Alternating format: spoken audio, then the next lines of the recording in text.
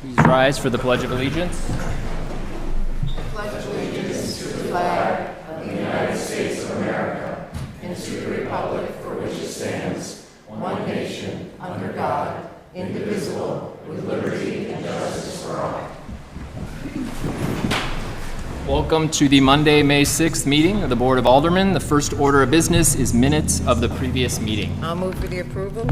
Second. All right, so we have a motion to approve the minutes. It's been seconded. Any discussion or debate? Seeing none, all those in favor? Aye. Why are you echoing? Any opposed? Motion passes. Can we mute that? Thank you. Great. All right, moving on to public comment, where members of the public are invited to address the board on matters not on the agenda. The first person who's asked to speak is Dan Roswell on behalf of the IBOTS Robotics team. Welcome. Thank you for having us tonight. Again, my name is Dan Roswell. I'm with Rutland Area Robotics. We are a K-12 educational robotics organization that's been in Rutland for 17 years. Our students just returned from a competition, the World Championships, down in Houston. They played in front of 50,000 spectators, and I'm going to hand it off to them. We have a whole pile of kids here. I've got a couple that want to talk tonight. Otherwise, you'll be hearing nothing but robots the next 3 hours. So, First Robotics Competition is the program that we engage in, and it's competition for high school and upper middle school aged students through which they can learn technical skills, personal skills, and all sorts of things like that. So the competition involves constructing a roughly washing machine sized robot over the course of 6 weeks, which will then compete in matches throughout another 6-week competition season, culminating in the World Championships in Houston, which we've been fortunate enough to attend the last 2 years. And so through this program, we have kids from 5 different high schools and 2 middle schools that join us. And we do as well a lot of outreach programs and STEM education. So we've gotten we've had a very big season this year with quite a lot of victories. So what I'm gonna say is we always do two qualifying events, and then we do a districts event, and then if we qualify, we can go to Worlds. And in order to qualify for Worlds, we either have to be a recipient, one of the 3 recipients of the Engineering Inspiration, the Impact Award, or we have to be one of the top 27 teams in all of New England. This year we actually ended 17th in all of New England. We are also the first Vermont team ever to win the Impact Award. And a really big part of FIRST is it's not just only the robots, it's also about what you do for your community and how you interact with people. And so the Impact Award is the most prestigious award they have to give. It's actually, they say it's bigger than winning a competition. So for us to be the first Vermont team ever to win it at a qualifier event and then at districts and go to Worlds to compete with it against roughly 200 other teams from all over the world was really huge. And we're just really excited to keep that community commitment going on. So that's really our huge accomplishment. The other one is we made it to Einstein's, which, let me explain what that is. That is basically the equivalent of the Super Bowl for robotics.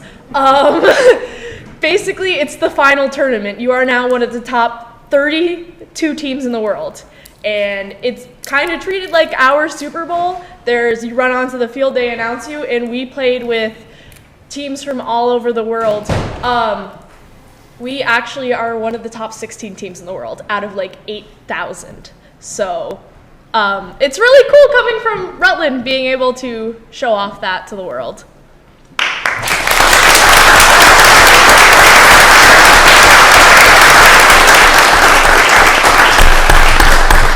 We also have a video to show you guys just some of the stuff we do.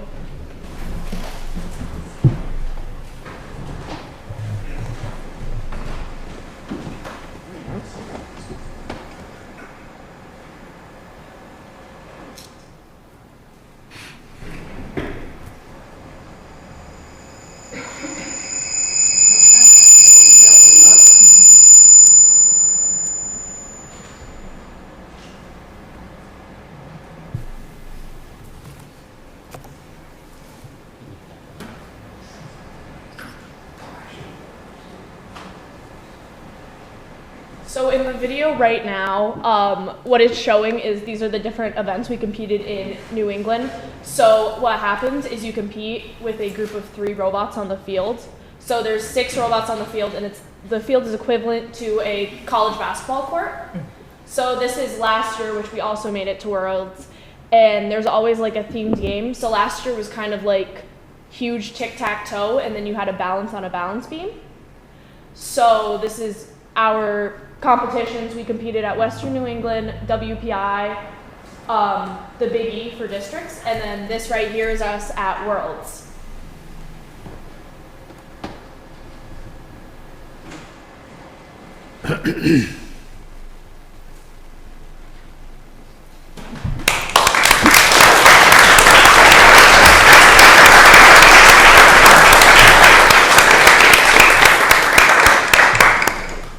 Thank you. Thank you. All right, the next person who asked to speak was Lopi Leroux.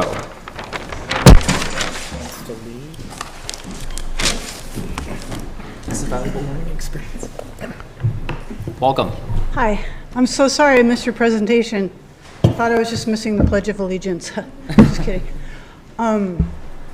So I'm here to talk about Moonbrook. Does everybody know where Moonbrook is? I bet you do. So I bought property a couple of years ago that borders Moonbrook, and I've been really interested in helping to restore the health of the brook and the fish, and so I wanted to talk a little bit about that tonight. And so basically, one of my neighbors, his name is Richard, he bought his property in 1983, and he told me that he used to go right down to the creek and there was trout in there and he could see the night sky. Like, he didn't have to go out to Chittenden to see, the night sky and, go camping because it was really, dark in the backyards. I graduated with my second degree in 1982, so this is within my lifetime. Sometimes we use our education as a benchmark. That's how I'm looking at it.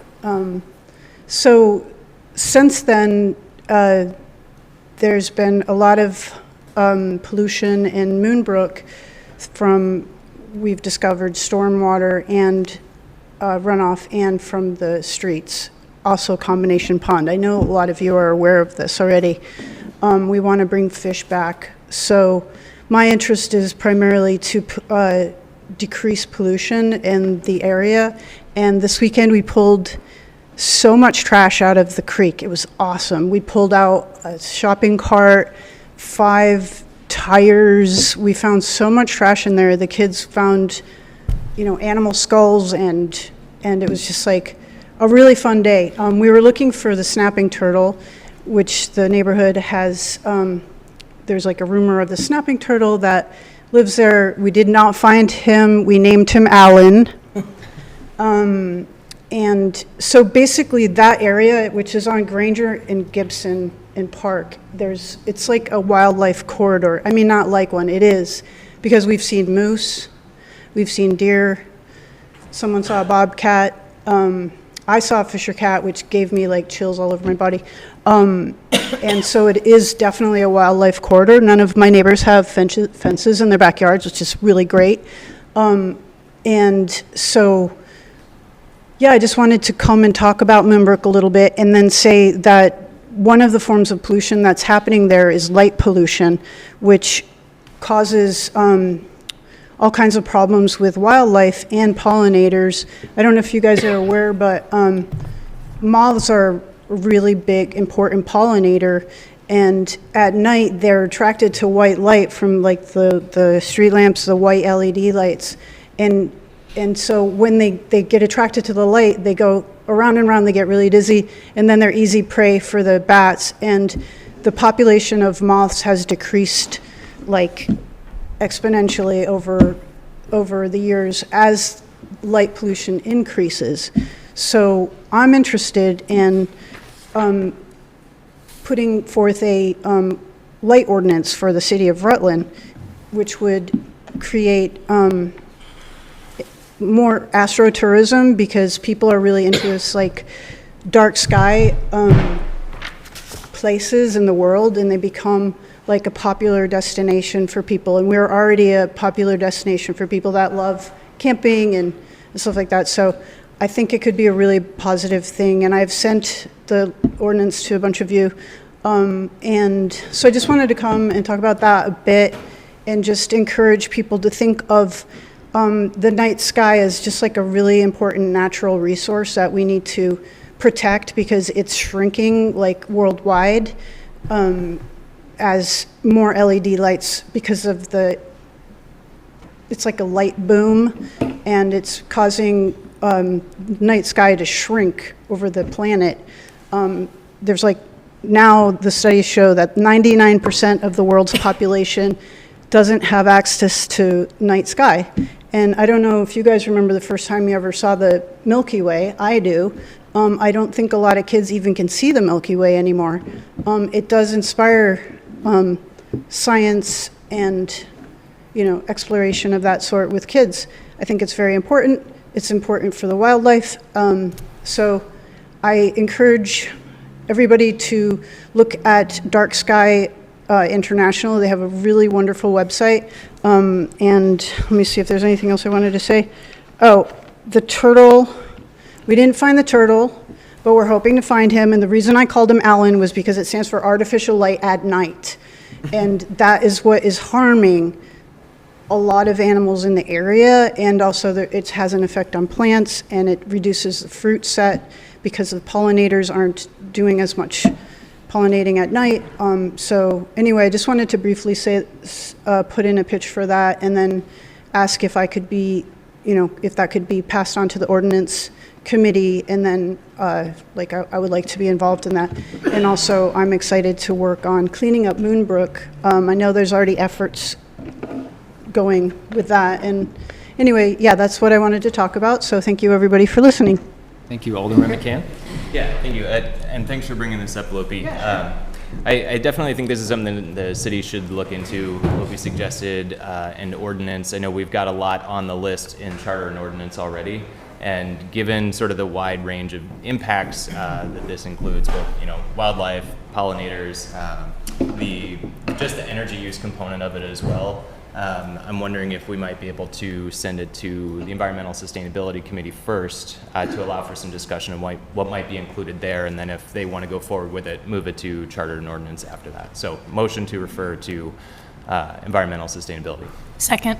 All right, so we have a motion to refer discussion of a potential light ordinance and Moonbrook and all of these environmental concerns around it to the Environmental Sustainability Committee. It has been seconded. Discussion or debate on the motion to refer? Sorry, I just forgot one thing I wanted to say. When people think of a light ordinance, it doesn't mean that the whole city is going to be dark and you'll be like stumbling around trying to find your way around. Really what we're trying to do is make the lights warmer so it doesn't attract, so it doesn't harm the pollinators, but also to avoid light going up. So the light needs to be focused where it's needed. And so I just wanted to say that, because sometimes people think, oh my God, no, I want more light. This doesn't affect being able to see from street lights and stuff like that. We just want to, and also I'm willing to look into, there's lots of federal money, grant money available to work on this. So I just wanted to add that. Thank you for listening. Thank you, Lopi. Any discussion? Alderman Heck? I'm just trying to figure out, it's not a standing committee, it's not a select committee. Environmental Sustainability is a select committee. Select committee, new to me. Thank you, though. Any further discussion on the referral? Seeing none, all those in favor? Aye. Any opposed? No. Motion passes. Are there any other members of the public who wish to address the board on matters not on the agenda? Step right up. My name is Lori. There is a big problem at the transit center. It's not getting clean anymore like it should. The bathrooms are getting terrible. I know the state is supposed to be handling that problem, but they haven't. And the other thing too is the stuff on the ground, like after yard sales. That's becoming more a problem. And number 3 is disturbance. My landlord cannot help me on that, they told me. Everything's fine, but the lady I live On the other side is change your patterns. She sleeps all day, blares the TV all night. I just don't want to keep calling the police, but I keep telling the landlord that's been the issue for a long time. Right. Comments from the board, questions? Is there supposed to be a fine for disturbance? We do have a quite detailed noise ordinance. Okay.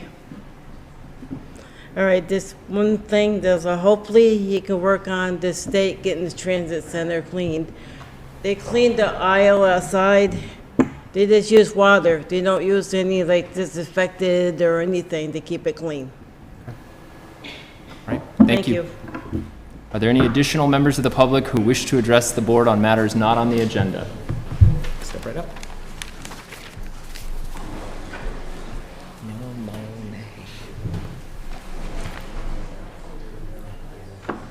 Hello, my name's Dave Kopic, and I'm a resident of Rutland City, and I'm speaking tonight on behalf of a group of Rutland residents who support improvements and enhancements to our roads, sidewalks, and paths for all modes of transportation. We're a group that supports measures to increase safety for all users on our streets and sidewalks, and we've adopted the name Great Rutland Streets. We're calling out to those of you interested in this discussion to reach out to us at greatrutlandstreets@gmail.com. We're just trying to get folks involved in the discussion on these issues. If you're concerned about high traffic speeds, better access to businesses, and improved connections for all transportation modes across our city, we're on your side. With that in mind, we're asking Mayor Dungus tonight to proclaim May as Bike Month for Rutland, as he did last year. I'll be doing that during my time. And that's all I have. Great. Thank you. Thank you, Mr. Kopic. Thank you. Thank you. Are there any additional members of the public who wish to address the board? Step right up.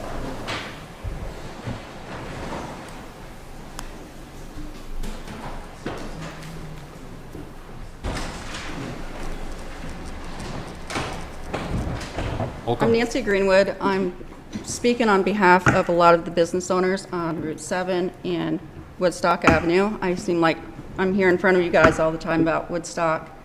We're really concerned about this new road diet that's coming. We've already lived through it. We've already had our time with this.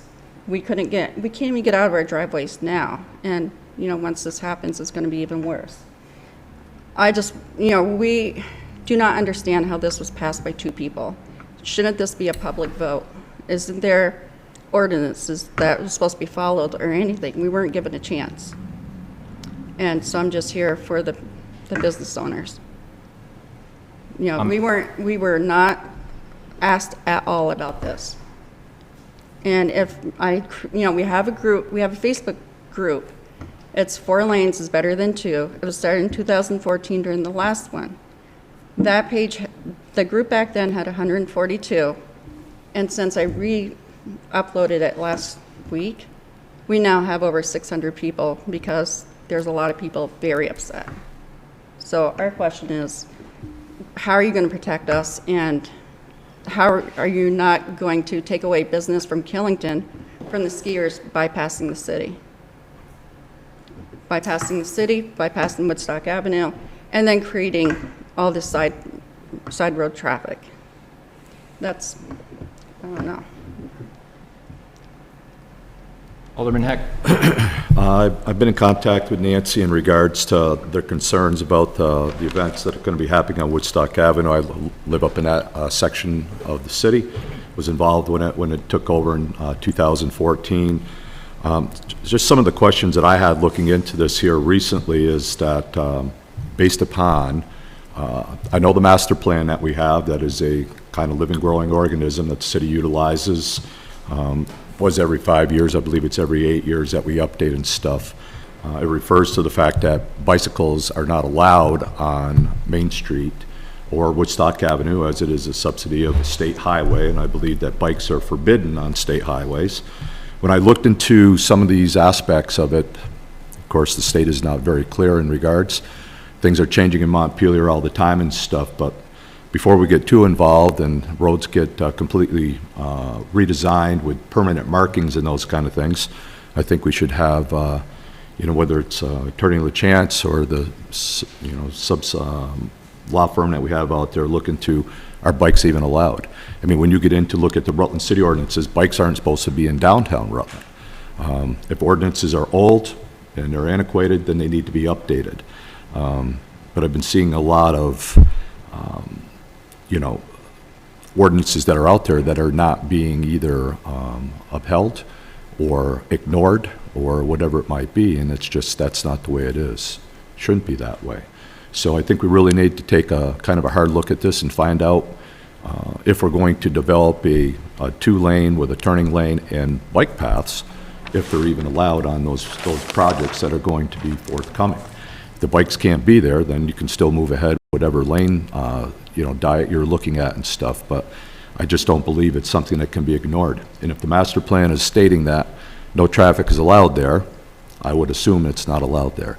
But I think it's something that the mayor should look into, the Board of Highway can look into, as far as that goes, and something I tried to bring forth to this board back in January, as far as that goes. And now that there's people that are really concerned about this, I think they have the right to look at that. And if an ordinance is needing to be enacted in order for that to happen, I'm assuming that you folks would know what you would need to do in order for that to happen. The 2 public hearings needs to be posted in the Herald, 20 days for people to come out and oppose that or do what they need to do. So, as they start to develop this project, as we can all see with all the signs going on, they get all that posting up there and stuff, this project will be happening very quickly. And I think it's a matter of looking into this to make sure that we're following the so-called guidelines, ordinances, charter, whatever it might be, as far as that is. But from what I can see at this point in time, I'm not sure. Bikes are not allowed on state highways. And with Woodstock Avenue and Main Street being part of 4 and 7, I'm not sure how we can allow bike lanes to go in there if that's the case. I mean, how many times do you see the bikes riding on Woodstock Avenue? I've been there for 24 years, working in the same office, day and night. I'm there till 10 o'clock sometimes, and maybe one every other week. And the last time in 2014, I think the thing you guys didn't think of is we didn't have the problem with the hotels. We have those people walking up and down the streets, staggering up and down the sidewalk. I mean, like down into the road, back up. And, it's a real issue, and somebody's going to get hurt really bad before attention's drawn to this. But if you go to the 4 lanes is better than 2, you'll see it all documented in 2014 where ambulances were trying to get up the middle, the turning lane, and cars were trying to get out of their way, but they were going in the turning lane and they couldn't get through. It was an absolute mess. And you can go back and it's all documented.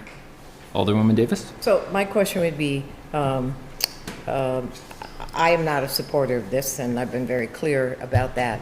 But at what point, is there a point where the administration determines that it's not functioning the way it should, safely, and reverts? We all know that if it reverts, the cost goes to the city taxpayers. Right now it's the state, but we were told that it reverts to the city taxpayers to pay to put it back. But at what point, if that point happens, what's that determination? What has to happen?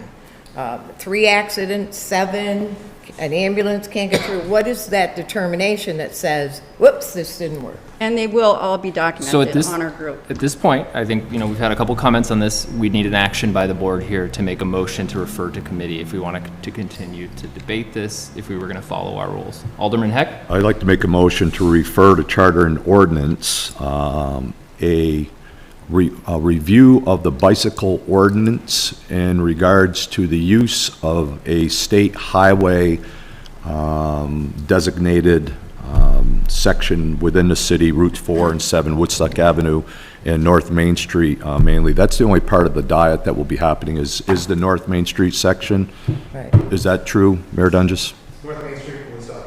So a review of bicycle ordinance in regards to state highway to charter and ordinance. Is there a second on that referral? I'll second for debate. Okay, Alderman McCann. We already have an item in charter and ordinance to look at the Rutland city ordinances related to the use of bicycles, and that was pretty broad because I had looked and seen that there were a number of things that were outdated or may need to be addressed related to this project, and just some other updates that we've had since some of the language was originally written.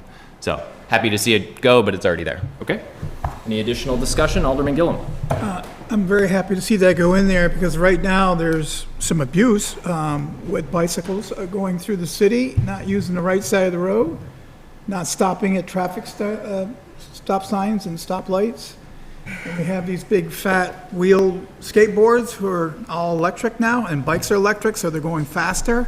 So I think it's time we need to look at those things because safety is definitely going to be an issue here as more and more people ride electric bikes. So I'm not against bikes, don't get me wrong, because I'm one of those, but people need to obey the rules and how to get through and not cut in front of people when they're driving or go in the crosswalk and knock people over in the crosswalk. That's not good. Well, the last time they did this, they were riding on the sidewalk still, and people were walking in the road.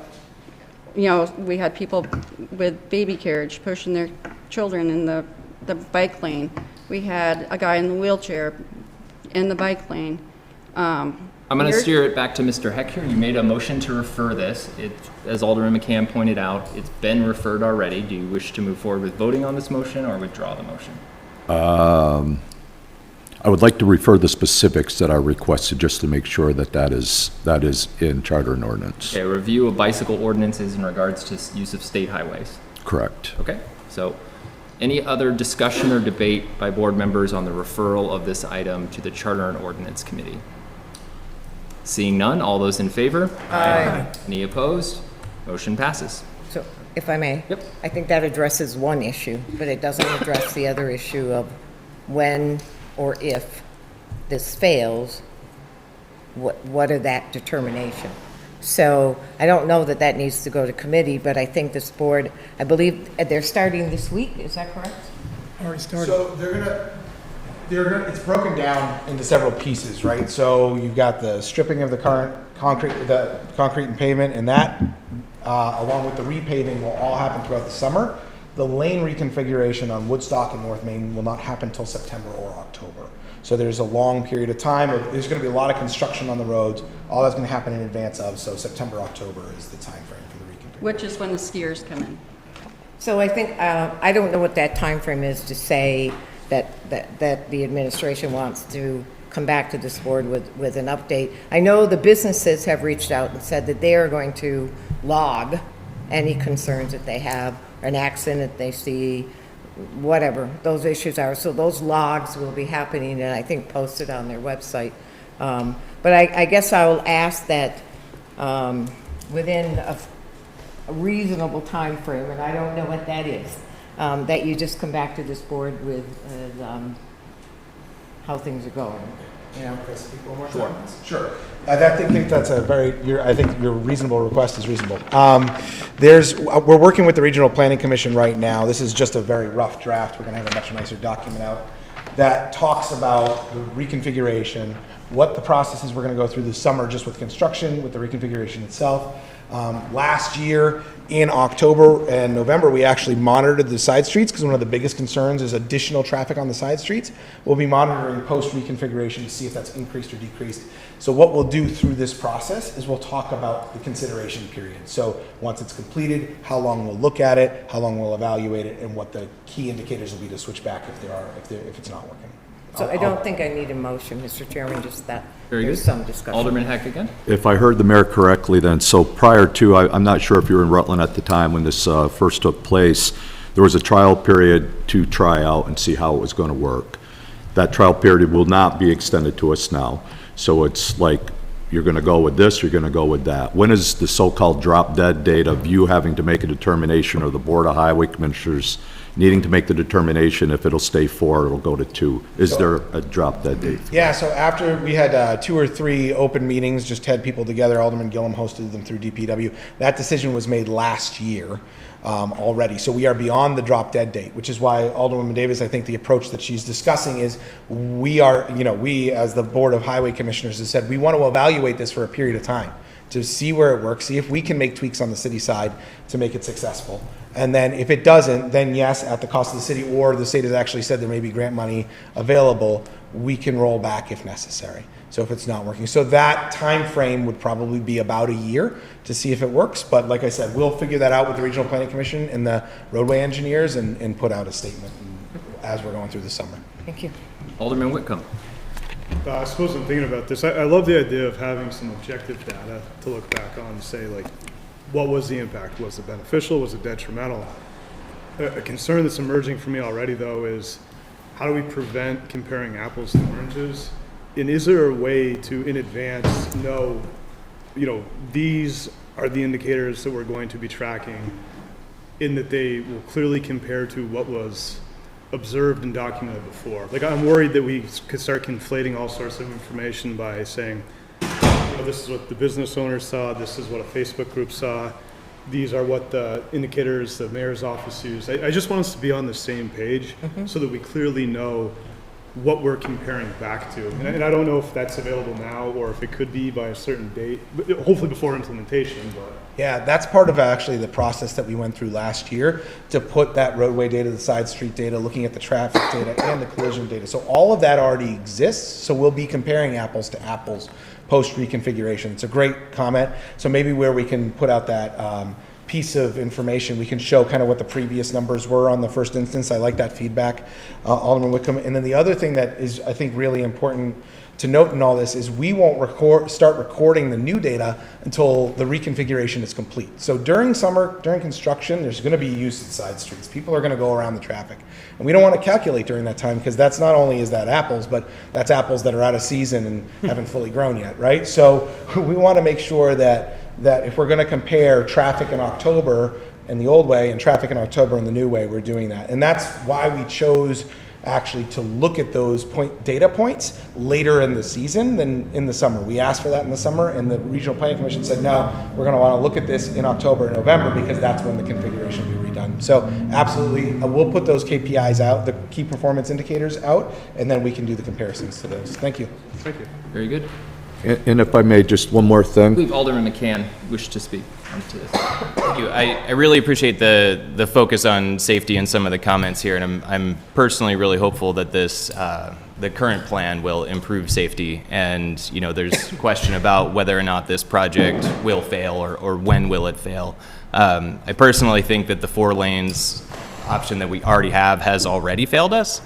So to Alderman Whitcomb's comment about trying to come up with some data, I'm wondering if we could send an item to the Finance Committee to look back over 5 years, 10 years, 20 years, whatever it is, and figure out what the cost of emergency service responses has been on that road to the existing crash occurrences that we already have, so that when we look forward and want to compare that, thinking just about the financial side of it, whether or not this new configuration is saving us money or not. All right. I just have one more question. Do any of you own a business on Woodstock Avenue? Because you're clogging a major artery going from New York to New Hampshire. Thank you. Right, so was that a motion to refer or just yeah. a Second. hypothetical? All right, so we have a motion to refer. It's been seconded. I'm just Alderman not sure Heck. we'd have that data. Alderman Heck, did you have something additional to add? Oh, I'm sorry. Yeah, I'm trying to still figure out what the financial aspect of this would be in regards to a 4-lane versus a 2-lane. But my direct question was just for folks at home and to know that the Board of Highway Commissioners comprises the mayor, the board president, and the DPW commissioner. The board president and the mayor voted to move forward with this, and the DPW commissioner did not. This is a gentleman that runs Department of Public Works. I would think that he would know somewhat in regards to the infrastructure and the reasoning for his no vote. I would be interested, and I will have that conversation to find out, what it was that wasn't his determining factor in regards to doing this. I know that Bob's been around for a long time. He was not in that capacity back in 14 when we first established this project and stuff, but there, you know, and I did have a quick conversation with him and Ted Gillen, the engineer, in regards to the dynamics and the updating of so-called traffic lighting and sequencing and all those. And it is one of those things that they're hopeful that this will work. But at the same time, I think to Alderman Davis's point that when it's done and the markings are down, it's not going to change. Because I don't believe that they're going to spend what I heard would be $200,000 to go back and regrind, refill, repaint, and put it back. So it'd be something that we would probably be stuck with for 10 years until the next repaving comes, and then we'd have the opportunity to have the state look at doing that for us without it costing any money. Alderwoman Davis. So, to Alderman McCann's point, are you looking for data from, like, an ambulance, police? Because I'm not sure we'd have all that data available. We'd have collision data, but I don't know that we'd have emergency response cost data. Well, that's something I don't know where the we could treasurer explore is, in but- committee. right? Pardon? That's something that we could explore in committee, what data is available and how we can make it useful. Alderman Gillum. While we're looking at data, we need to look at times where we're the heaviest, and that's when the schools are open. We need to look at that, morning and afternoon. We also need to look at Friday night, when the skiers are coming in during the ski season, and they're not during October. And then on Sunday night when they're going back, or when they're coming off the mountain on Saturday night. Because we have different times of peak demands. I think we need to look at all that as part of the whole picture. All right, so we have a motion to refer a look at the financial impact of road reconfiguration to the Finance Committee. It's been seconded. If there's no additional discussion or debate, all those in favor? Aye. Any opposed? No. No. Did you get that? I got 2. I don't know. Was there a third no? No, I thought there was a third. I think there was just 3 Okay, no's. so that motion passes Pass, then. yes. All right. Are there any additional members of the public who wish to address the board on items not on the agenda? Mr. Jepson. Yeah, I brought up a potential code of conduct, but they will never interrupt to say they have to go home and do homework. Would this be a good time for them to make a Absolutely. Absolutely. Thank you all. Thank you very much.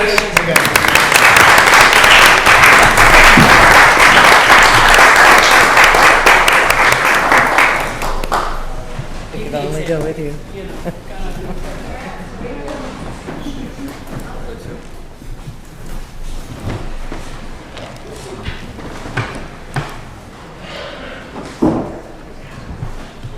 All right, we'll move on to communications from the, oh, did you wish to address the board? Let's step right up. Hi, my name is Chris Barnett. I'm a resident of Rutland, and I was just wondering, with action from the State House on Act 250 regarding the permission of more infill development within urban areas, I was wondering if Rutland had any plans to be kind of forward and proactive in addressing the housing issue around here. Yeah, I think those are questions that could be definitely answered by the mayor and by the executive director of the Rutland Redevelopment Authority, but generally speaking, I don't want to speak for them, but yes. And I can actually speak to that during my segment, so is there anyone else? Sure, if you're willing to stick around for a few minutes, he's going to address that during his communications to the mayor. Great. Yep, step right up. So I just have a couple of things to go with Nancy's thing about the Route 4 diet thing. I have family members that are in emergency services. I've had many family members in emergency services over the years. I've served the city for a number of years. Stratton Road gets very bottlenecked when school is in, to the point where you can't get an emergency vehicle down Stratton Road, which causes a response time problem. And as far as I know, when you have certain health conditions, response time is definitely at the essence. We also have a contract, I understand, with the town of Mendon to cover their area. Again, if you have a house burning up in Mendon, you gotta get there as fast as possible. Well, if it's 8 o'clock in the morning and you can't get a fire truck up Route 4, you have a big problem. So I just hope that everybody can see that point of view. I hope that emergency service heads of departments were contacted and asked their opinion when this was voted on, and I hope that was taken into consideration. But I just hope we don't have a fatality of some kind that could have been prevented by just leaving it the way it is. And the economic impact of Killington is also a big issue, because there's other ways to get through to Killington versus going through Rutland. And that's another problem too, because I own a business on Route 7, and the more traffic that goes by, the happier I am. That's why I bought it on Route 7. So I'm just hoping that that can, be considered, if we can fix this and call the state and say, hey, we may need to change this. So that's all I've got. Thank you. Seeing no additional members of the public, we'll move on to communications from the mayor. Okay, and in the interest of time, I am going to shorten my report. Before I get started, well, I'll start with this. Thank you, Alderman, or President Talbot, for taking my place while I was out on vacation. Tonight, on the first few pages of your packet, I believe it's like 4 through 30, or actually 1 through 30, there is a request to approve the RFP for our capital improvement planning process. We have Project Consulting Inc. here this evening. I'd like them to just take a minute, introduce themselves, and then I'll ask you to make the motion to approve the RFP. Very good. Hi, thank you so much for having us. My name is Natty Jamison. I'm project manager and partner at PCI. We'd be honored to have the opportunity to work with you. We haven't had the chance to do a big project in Rutland yet, so this is an exciting opportunity. And I'll turn it over to project manager Tom Yandow to give you a little more detail about his experience and the proposal. So a little bit about our background is our other partner, Marty Spaulding, has worked for the largest school district in the state of Vermont, putting together these capital programs. And I have previously working for the town of Essex in Vermont for the last 3 years, have put together capital programs for the city, the select board. So we bring a wealth of experience in putting together capital campaigns for not only schools, but for towns as well. So we look very forward to being able to start off this process for you.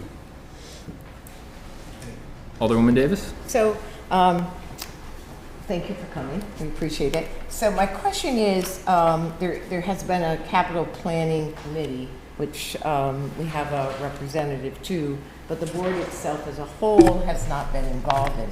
At what point could or should that happen? Should this issue, before it goes out for proposals, go to committee to have some discussion with this board? Or is it more appropriate that once the work begins, you will sit down with the Board of Aldermen to have input? As it was written in the RFP, that we provide a draft to the committee. We then will refine that upon their comments or whatnot, and then it goes to you, the alderman, as a draft as well. Very good. Alderman Heck. Specific capital improvement plans, is this a kind of a shotgun thing, looking at the overall aspect of city environment, or what we're looking at doing, or is there more of a concrete thing that you have specifics, Mayor, in regards to what you want this RFP to be, looking at? So this RFP is for the consulting process. We're going to use the time. So there, as Alderwoman Davis mentioned, we put together a capital improvement planning committee, which includes myself, Ed Bove, Commissioner Alex Adams, and one of the members of the Planning Commission.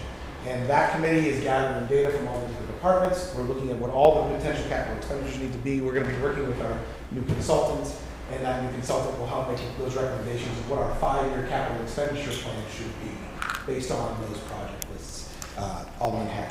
So this tonight, what we're asking these, I apologize, Project Consulting Inc., we're the only respondents, so what we're asking to do is approve there was a grant that was available for this, so we're asking to approve their response, their RFP response tonight, so we can begin that process. And the cost of this associated plan?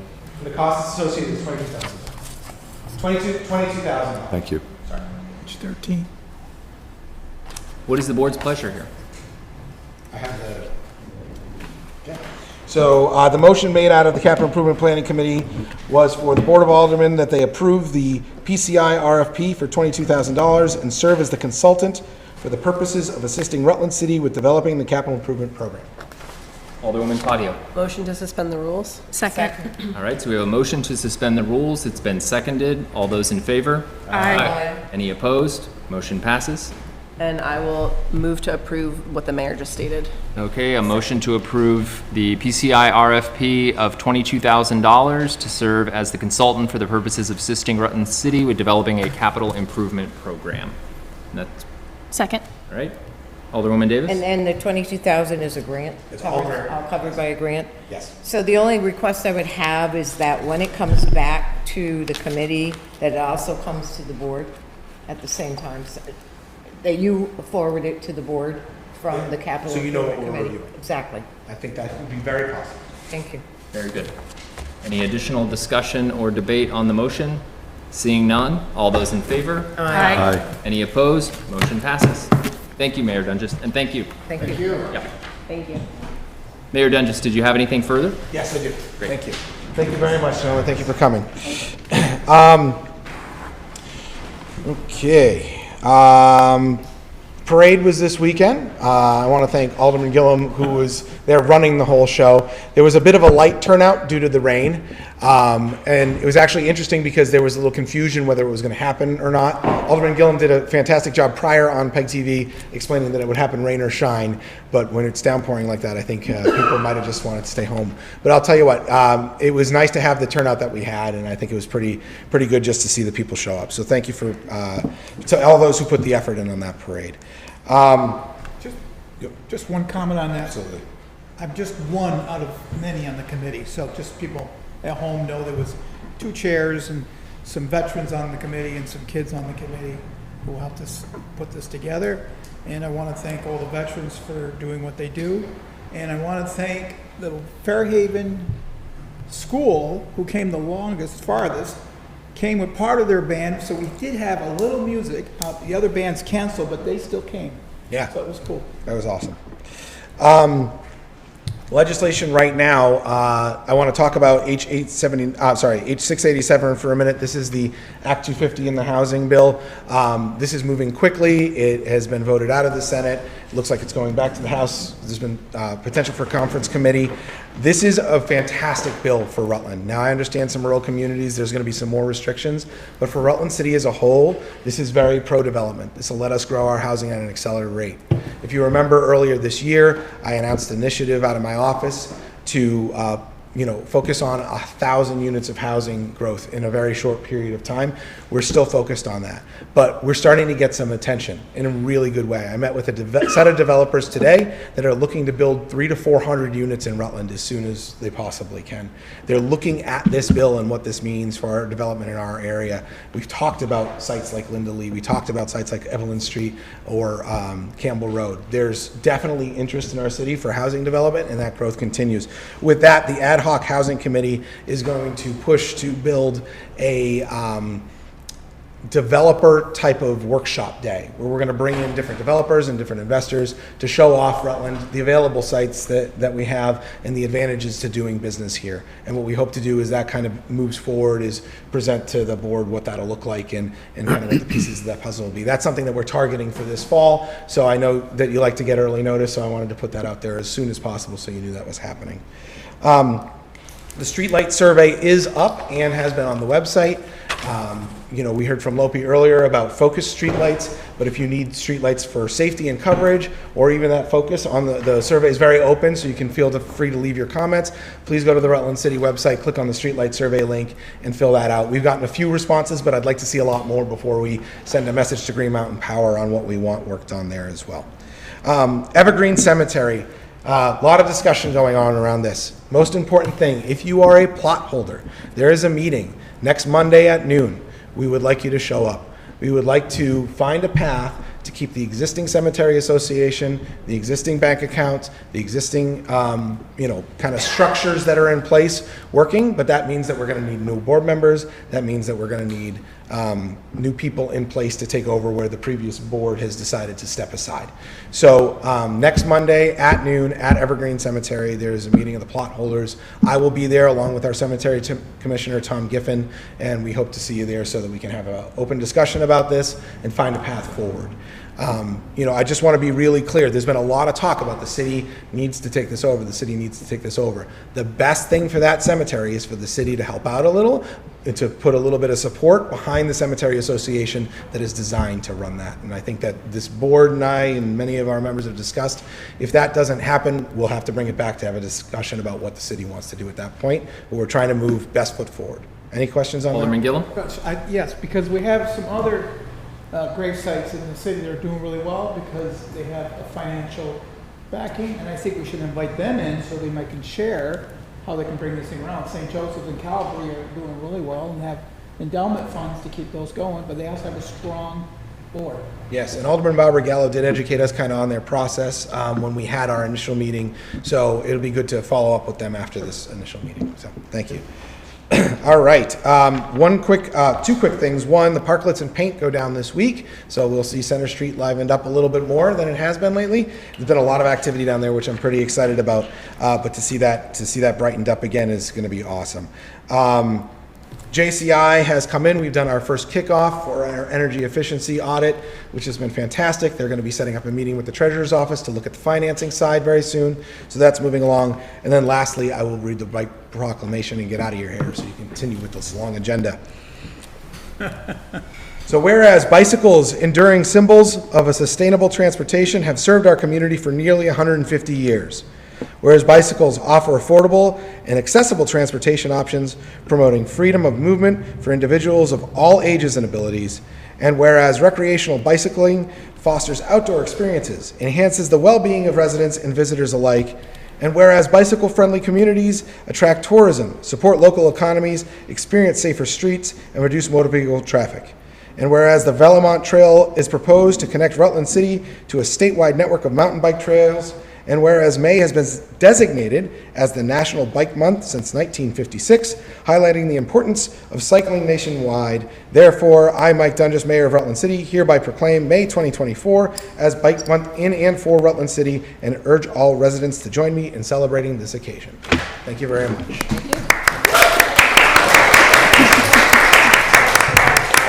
I just want to add to that, if everybody wants to go down to the Meadow Street, like Senior Connor playfield, we have started the bike path down there. Section 4 is now going in, or Section 3, I'm sorry, Section 3.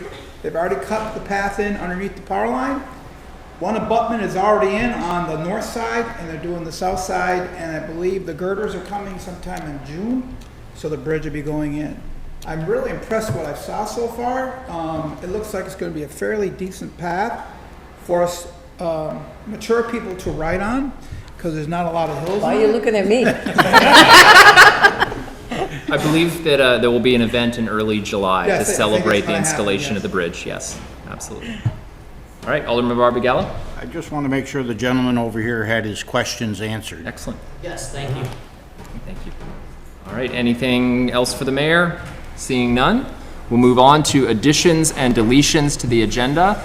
I'd like to move the special event permit request to the top of the agenda. Are there any other additions or deletions?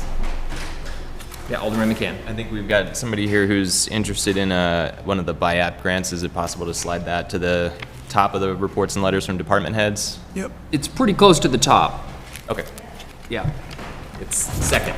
I think it's the second one in, yeah. We don't want to get into a whole sort of brokering for supremacy on the agenda there. So, go right ahead, Alderman. I was just going to suspend the rules. Second. All right, motion to suspend the rules has been seconded. All those in favor? Aye. Any opposed? Motion passes. And I'll move to approve the Mint's Downtown Derby for September 14th. We didn't vote on the addition, moving it up. Very good. So we have a motion to approve the Mint special event permit request, which is for the Downtown Derby to be held on September 14th. It has been seconded. Any discussion or debate? Alderwoman McClure? Is there a representative from the Mint here tonight to discuss the event? I believe there's one right there. I think there's one right here. Thank you, Alderman Davis, for just jumping right into approval. I'm Kim Griffin. I'm the executive director of the Mint Makerspace. I have to say, as I sat, first of all, thank you all for doing this as often as you do this. It is a duty. So thank you. And as I sat and listened, I just want to say we are the proud home of the IBOTS. So congratulations to the standing IBOTS representatives who stuck it out this far.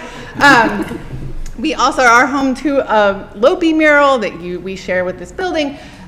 We also built the bicycle that is with the library, the mobile library. So if you don't know us yet, you now know 3 more things about the Mint. And we would like to host a soapbox derby down Center Street on September 14th.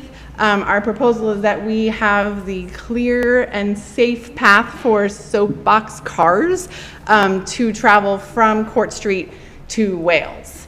And this will be it will be our big fundraiser. So many other organizations in the community, the lip sync battle, which we won 2 years ago. That's the 4th thing you know about the Mint. There are many community events, and because the Mint does so many things, it's hard for us to really pick one thing to pull the community around. And because Cedar is graciously hosting a 3rd, 4th Whippy Pie Festival, we'd like to be a part of that in our own fun way. Great. I think it's wonderful. Any comments from the board? Alderwoman McClure? I just have a question on, in this proposal or in this application, is there a plan for trash mitigation? We have seen an issue in the last couple years when people are hosting downtown events. Our downtown trash cans cannot withstand the amount of garbage that they are filled with after an event, thus resulting in them overflowing, a mess on Center Street throughout the weekend, into the week until trash pickup comes. Is there a plan for additional trash receptacles during this event? I'm the trash. Lyle's the trash guy. Can Because Cedar's already doing the Whoopie Pie, and I will say that 2 years ago, I came and helped clean up after Whoopie Pie. So, and trash is treasure. It's the Mint. We're going to make stuff out of it. But seriously, because we are part of Cedar's Whoopie Pie, there is already a trash mitigation plan. And so we would be utilizing the same cans that they are using. We order extra. Thank you, Trashman Lyle. I appreciate it. All right. If there's no further debate on approval of the permit, all those in favor? Aye. Any opposed? Motion passes. Thank you. Thank you. I invite you all to be a team and designate one of you to Oh, ride that'd be a fun. boxcar down the street. That'd be fun. That was my follow-up question is there an age limit? You have to be 18. Perfect. All right, moving on through reports and letters from department heads and officials. We have Ed Bove from the Rutland Redevelopment Authority with a request related to the Animating Infrastructure Grant. There's a memo and a copy of the grant guidelines on pages 31 to 36 of your packet. Welcome. Hello. Hi, everyone. Thank you for having me here tonight. As much as I would love to talk about everything that we've already spoken about, and I thought Lyle was going to do a robot dance for us earlier, he said he promised he would, so stay tuned for that. Okay. I am here to quickly talk about the Animating Infrastructure Grant from the Vermont Arts Council. The memo and the grant guidelines are in your packet, but this came up last year. The grant was never applied for. But this year we've been invited to apply for the design version of this animated infrastructure grant, which would be for a design to find an artist or utilize an existing artist that we have in mind to do artwork at the transit center. So my ask tonight is that we, the RRA, can submit a grant application right away without going to committee because it only is a $5,000 grant. But if you do want it to go to committee, that would be fine as well. We can talk about it more there. Alderwoman Taddeo? I was going to make a motion to suspend the rules. Second. All right, motion to suspend the rules has been seconded. All those in favor? Aye. Any opposed? Motion passes. And then I was going to make a motion to approve the RRA to apply for the Animating Infrastructure Design Grant. Second. All right, so we have a motion to approve the RRA's application for this grant. Any discussion or debate on the motion? Alderman McCann. Is there any match component to it? No. Okay.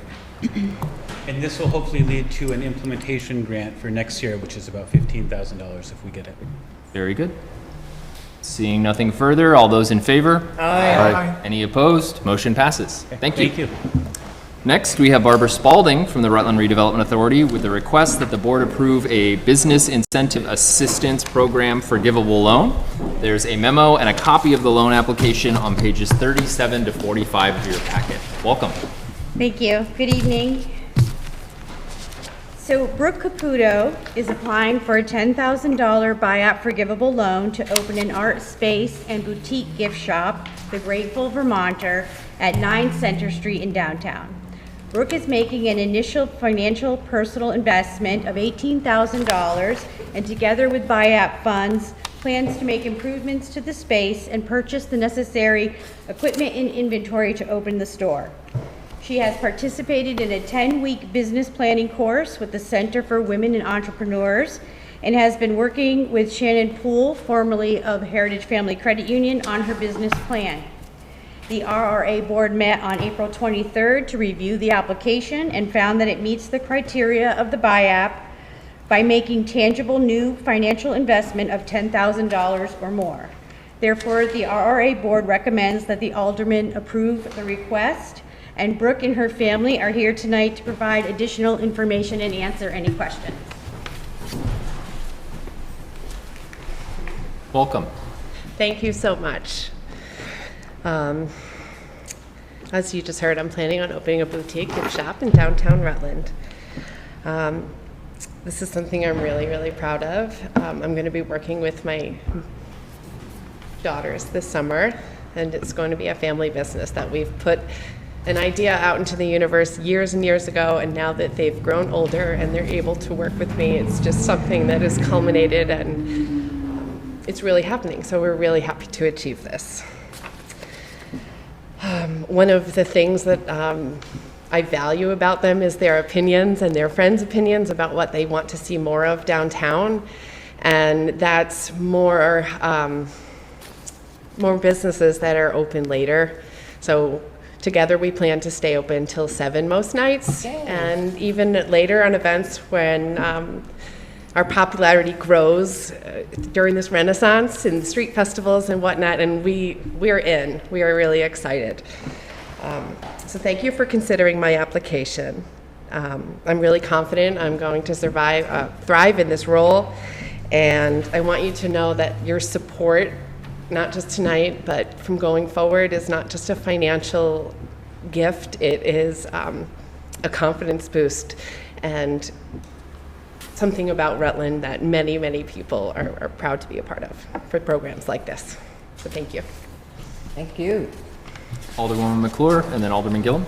I would just like to say thank you for all of the energy and hard work you've put back into our community as well. Before even opening your storefront, I have been following your Facebook page, The Grateful Vermonter, for quite some time. I love seeing your little red car parked in all these different places with the cute pictures, and I'm so, so excited to see you bring that energy and vitality into our downtown. Thank you. It brings me joy to share my gratitude for living in Vermont. Alderman Gillum. Just so people know at home, where is 9 Center Street? It is the little studio space to the left of Loose Luna. It's in the Tuttle block. Okay. Alderwoman Taddeo. Motion to suspend the rules? Second. All right, we have a motion to suspend the rules. It has been seconded. All those in favor? Aye. Any opposed? Motion passes. And I will make a motion to approve the $10,000 BIAP forgivable loan to the Grateful Vermonter LLC. Second. All right, so we have a motion to approve. It has been seconded. Any discussion or debate? Alderman McCann.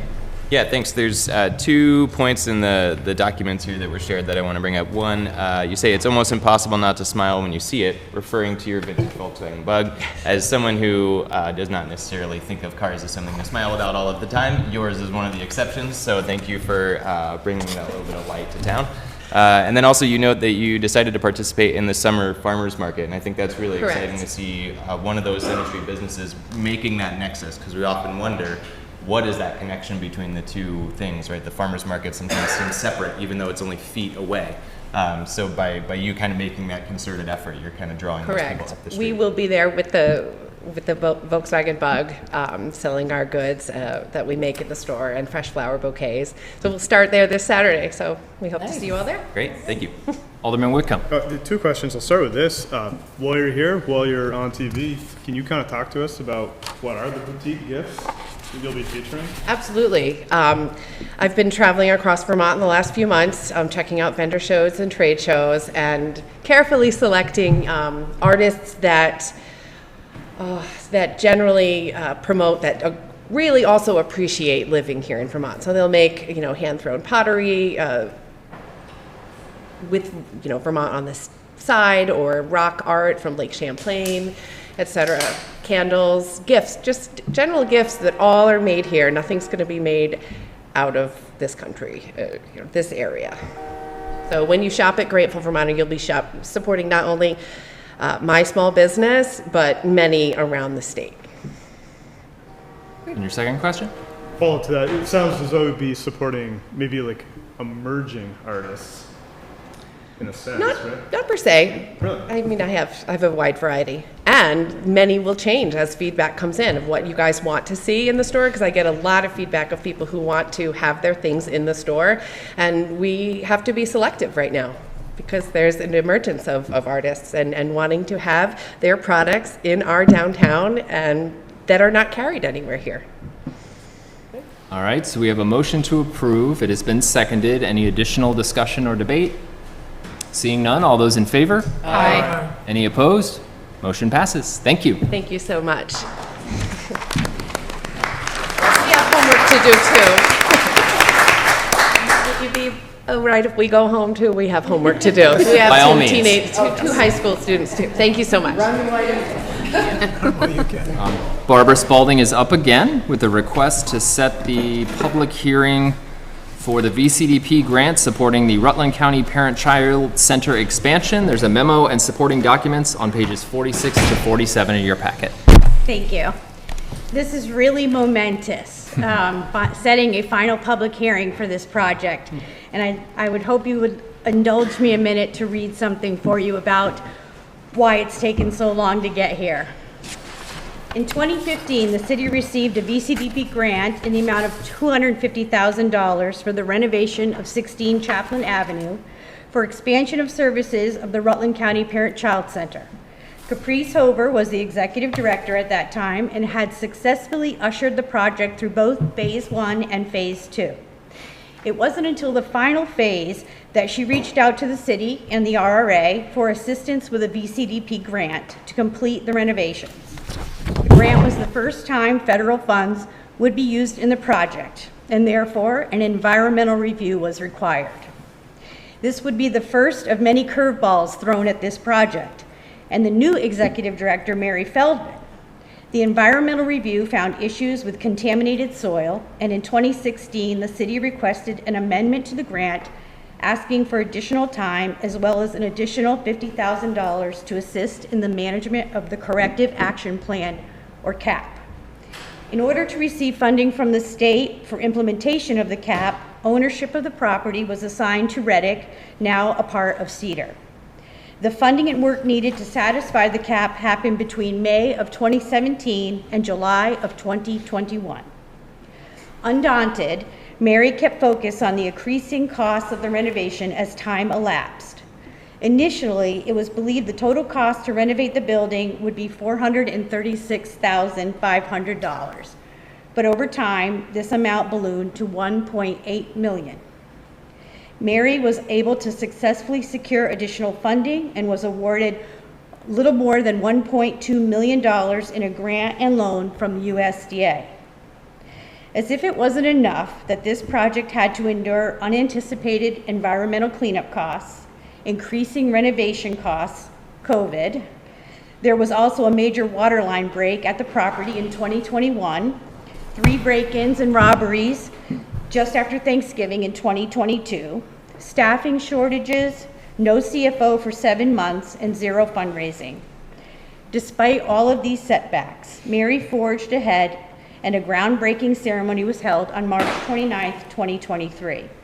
The facility, now named the 2-Gen Whole Family Education Center at 1 PCC Place, will offer new and expanded services to the Rutland area, including increased childcare, private counseling offices, living room-style meeting spaces, high school classrooms, and a workforce development space for at-risk youth and young parents. At the groundbreaking, Phil Aldermen and his family were thanked for their donation of $115,000 to cover the budget shortfall. Finally, we are at the end of this project with a ribbon cutting scheduled in June. The now co-directors, Carissa Brunel and Stephanie Carvey, are poised to take the facility into the future. The city's VCDP grant is set to close on June 30, and as part of that process, a public hearing must be scheduled to afford the citizens of Rutland the opportunity to see how these funds were spent. It can't be said enough that this project would not have been completed without the dedication and participation of so many individuals, all of whom I hope will be recognized at the upcoming ribbon ceremony. The RRA respectfully requests that the Aldermen set the public hearing for June 17th. I'll move to suspend the rules. Second. All right, we have a motion to suspend the rules. It's been seconded. All those in favor? Aye. Any opposed? Motion passes. And I'll move to set the public hearing for the Rutland County Parent-Child Center for June 17th at 6:45 PM. Second. All right, so we have a motion to set the public hearing for June 17th at 6:45. It has been seconded. Any discussion or debate on the motion? Seeing none, all those in favor? Aye. Any opposed? Motion passes. Thank you, Barbara. Might seem a little early to ask, but I won't be here at the next meeting, so I figured I'd get it done now. Oh, you're up again with a recommendation from the RRA on a BIAP loan issued in 2020. There's a memo and supporting document on pages 48 to 49.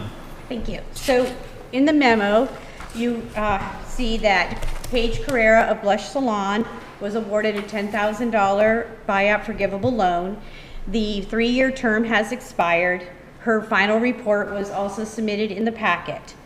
I had the opportunity to email with Paige. She was unavailable to be here this evening and I believe would like to be able to talk with a committee. So therefore I'm requesting that this be referred to committee. Which one, I'm not sure which it is. I would defer to the board or to the city treasurer. Very good. Alderwoman McClure? I would make a motion to refer to Community and Economic Development. Second. All right, so we have a motion to refer further discussion of this BIAP loan to Community and Economic Development Committee. It's been seconded. Discussion or debate on the referral?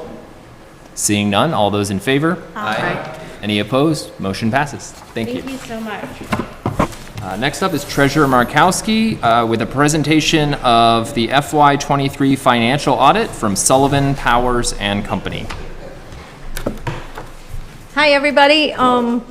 There are 3 copies of the report, if anybody needs one.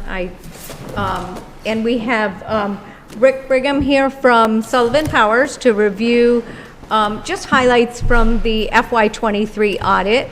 So if you have any questions, you don't mind as he goes along. So there we go. Thanks, Rick. Thanks, everybody. Glad to be here tonight. I just wanted to take a little time and go through the audit report with you real quick. Obviously, it's 115 pages. There's a lot of information in there. So I'm not going to do a deep dive into that. And a lot of the numbers are obviously 9 months old at this point. So I'm mostly going to talk about process and how the audit went and the results.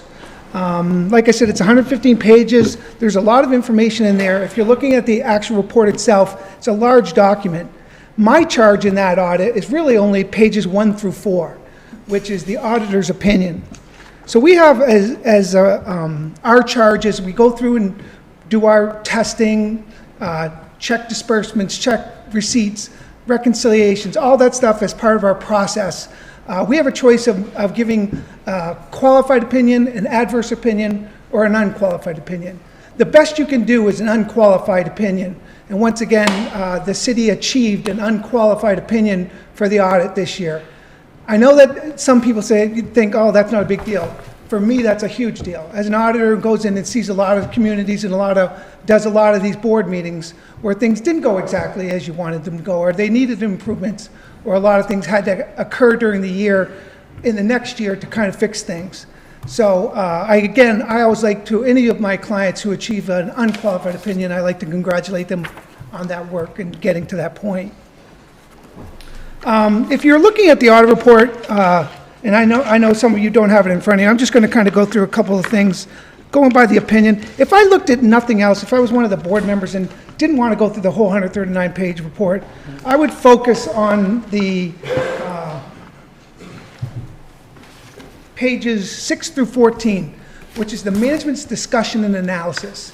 This is a nice summary, a user-friendly summary of what happened during the year for the financial statements in a much more user-friendly way of reading the document. If you looked at nothing else, you'll get a lot of great information in that consolidated financial results instead of getting that deep dive into a lot of the other pages. So if I was you and I'd wanted to just look at one thing within this document, focus on that management discussion analysis. It's written by Mary and her staff. We don't audit it, but we do use it and compare it to the numbers that are in the audit report.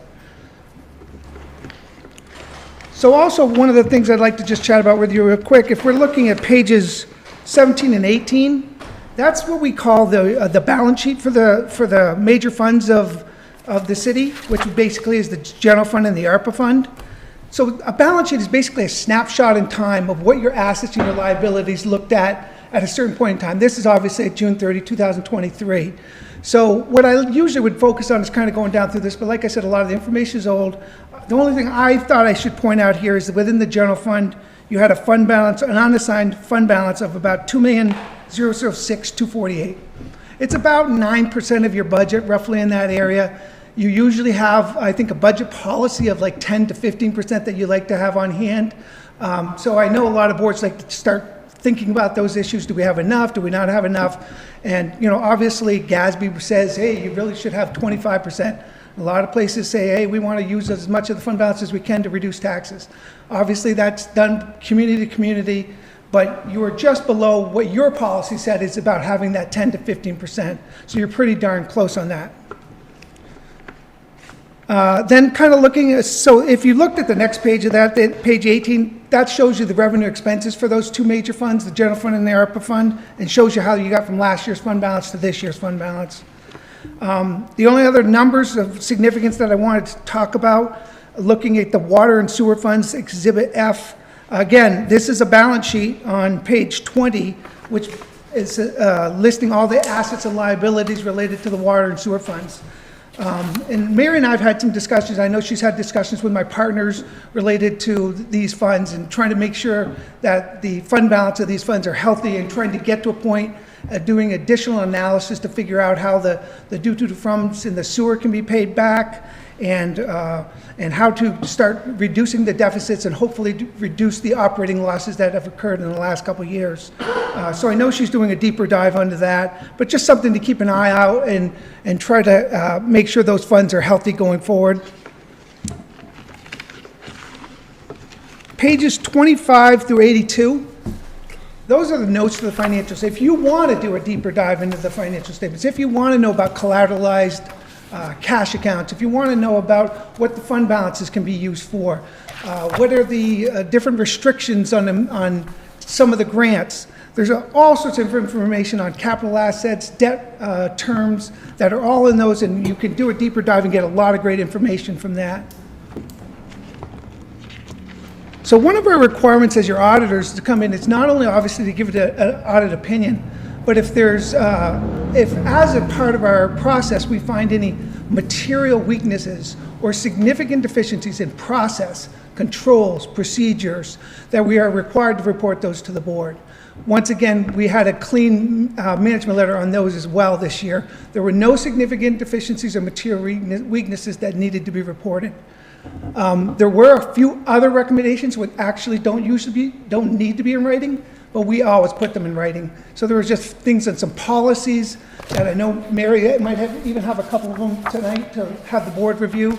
So those were just things we've talked about over the last couple of years, and hopefully trying to get you to a point where we can get some of those policies approved and clean up some of those points as well.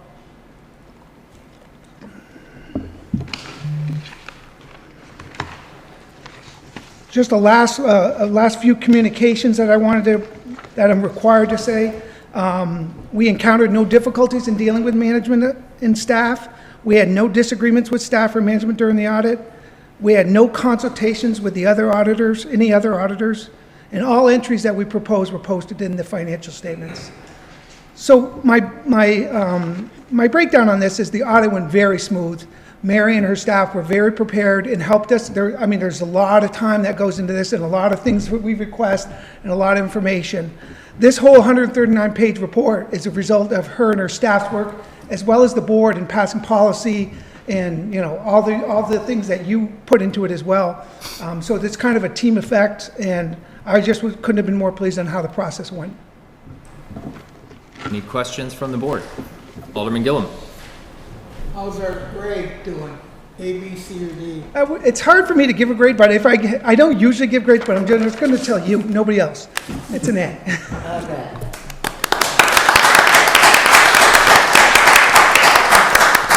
Very good, Mary. That's right. And company. Seeing nothing further, thank you. Thank you very much. Next up is Fire Chief Lovett with communication about an upcoming emergency action plan exercise. I put a memo on your desk, just for sake of moving this along quickly. Just let everyone in the board and the public know that on May 14th at about 6 o'clock, we're going to exercise the fire whistle. It's part of the Chittenden Reservoir Emergency Action Plan. It's also an alerting system for any natural disaster that might be happening in the city. We're going to be blowing the whistle 4 rounds of 555, which is typically our general alert. And so that's going to be a total of 60 blows on the whistle. So you folks are probably going to have a lot of citizens asking you if the fire chief has gone crazy. Maybe I will towards the end of this, but typically everybody's going to get a phone call for this. And it's something we only do once a year just to make sure everything still works. And so be warned. Thank you. Alderwoman McClure. I just see here, Chief Lovett, that you mentioned there will be an intensive public education and notification campaign.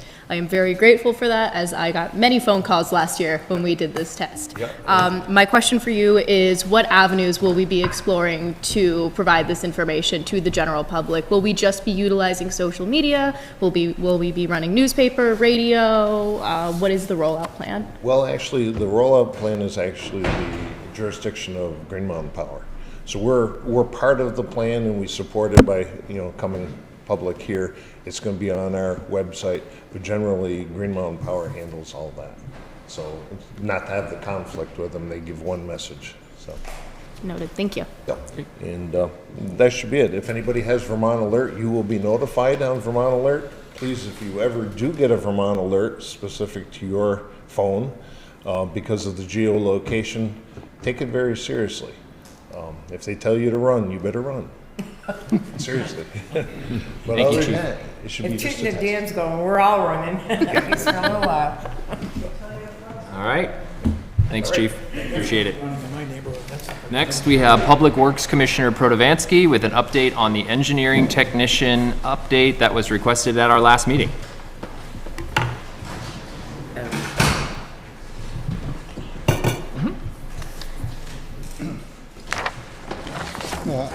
Before I get into that, I'd just like to acknowledge Mike Deno. He's a supervisor in our wastewater collection division that retired last week after 31 years. Just thank him for his service and wish him well in his retirement.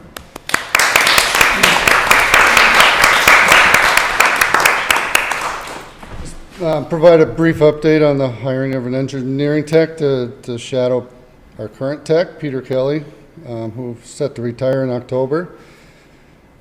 Pete just hit 40 years with the city last month. This position is arguably one of the most critical ones we have, and he's involved with every project, from the planning stages to the implementation. He advises all the crews in the field, helps them succeed in the projects they're doing. He works with homeowners, contractors who work for homeowners, and our contractors to make sure jobs come out well. He lays out sidewalk jobs, he lays out streets like Strong's Avenue. Job descriptions, got some decent requirements, a 2-year technical degree with emphasis on math and civil engineering, and 2 years experience as a tech. We still have the position posted at the moment, trying to find the right candidate. We have it advertised in the VTC and places like that. We just haven't found the right fit yet. Very good. Any questions from the board? Thank you. Seeing none? Thank you, Commissioner. Next up is Assistant Engineer Gillen with several items. The first is a request to approve an engineering services agreement amendment and loan amendment for the Meadow Street Sewer Separation Project. You'll find a memo and a copy of the amendment on pages 50 to 66 of your packet. Welcome. Thank you. I apologize for packing the agenda, but I'll keep it as brief as possible. So Meadow Street separation, we're just about done with the design process. We've just got a couple of small hoops and hurdles to overcome, one being this ESA amendment number 2. During the design process, they do a desktop evaluation of the soils, hazardous waste sites, an archaeological survey of the area, and those reports came back that they recommended we do some additional work to hazardous waste sites, both related to underground storage tanks. So we basically have to put together a soil management plan, what they find as they excavate, how they manage and dispose of it, things of that nature. One site was listed as an archaeologically sensitive area. It's where the stormwater outfall pipe will go. Majority of the project's in the right-of-way, except for this outfall pipe, obviously going right by the creek. So that's not uncommon to do some additional digging to make sure you keep certain artifacts intact and logged. So it's about $30,000, 26 of it going to soil management, 4,000 going to archaeological. Keep in mind, 10,000 can be eligible for reimbursement through the Petroleum Cleanup Fund. And there's also a 50% subsidy towards planning costs for CSO projects like this, up to $100,000 per project per year. And of course, we have a $325,000 grant for overflow and stormwater that can go towards planning costs. So yeah, I'm just looking for an approval of the ESA amendment number 2 for design engineering services, final form to be approved by the city attorney, and also approve the corresponding Clean Water State Revolving Fund loan amendment. All right. Move to suspend the rules. Second. Take the matter up tonight. All right, we have a motion to suspend the rules. It's been seconded. All those in favor? Aye. Any opposed? Motion passes. Motion for the ESA Amendment 2 for Aldridge and Elliott for the final design engineering services for Meadow Street Sewer Separation Project in its final form to be approved by the city attorney. And the second has to go in there too. And correspondence CWSCRF loan amendment. Second.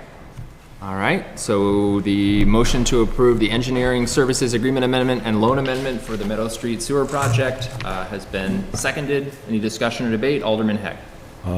If I may, Ted, just a quick question. The folks down there on Meadow Street have been waiting to get these project done, paving specifically, for quite some time now. Yep. What's your ideal end date? Once the project's been approved, you're able to do the underground stuff and then blacktop that. I mean, are we looking at what for timing on that, do you think? Well, I'd say a couple of years. We're going to put this out for bid this season, maybe get someone to start it in the fall, but the bulk of the work will happen next construction season.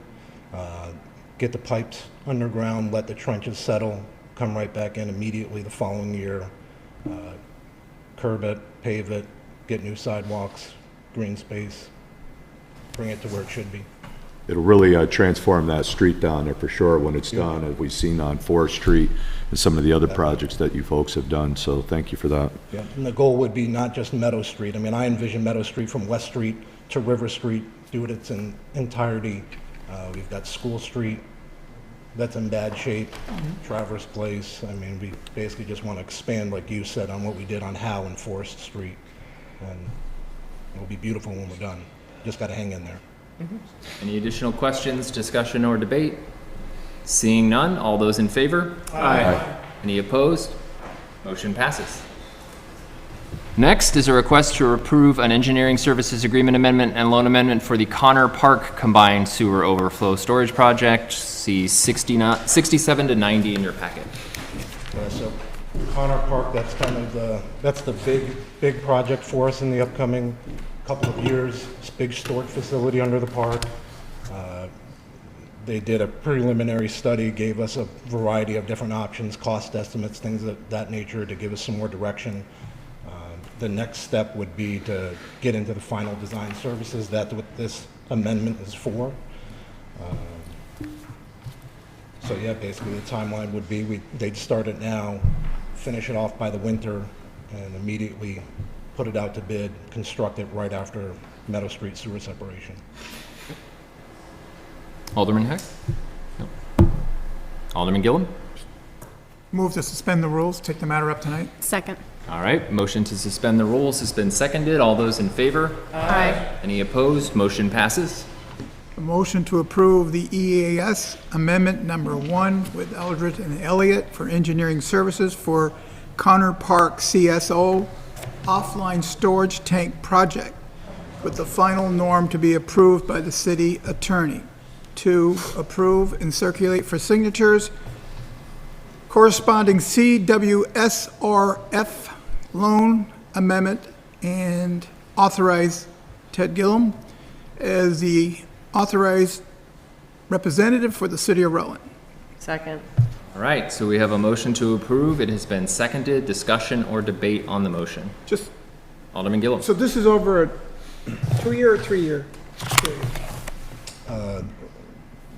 Construction season. Yeah, the Connor Park wouldn't start until after Meadow Street separation. So we have to do one before the other. Yeah, that's just because Meadow Street has a stormwater outfall pipe. I want to get in first, to take load off. All the stormwater from this plaza goes that direction, and I don't want to put it into the storage facility. I want to get it right into the creek treated. Okay. So just, if I may, so the people at home understand that Meadow Street School will be done first. Yeah. And the street will be done first. Then the disturbance is over until we get in. Yeah, just in the back corner. Just so people know. Yep. Alderman McCann. Thanks. So, I mean, these are kind of big numbers here, and we're talking a couple years out. Is there buffer built in here for inflation by the time the projects actually roll around, or is the price kind of locked in at this point? Yeah, there's estimated cost, and each year they add on percentage for inflation. Okay, great. They've got large numbers for contingencies, and we'll bid it out, so it's not just, they're recommending doing 800,000 gallon tank, but we'll bid it out in increments. So depending on the pricing that comes in, we can either expand it or neck it down. But also keep in mind, this is the CSO ARPA grant that we received, so it's $7.2 million grant.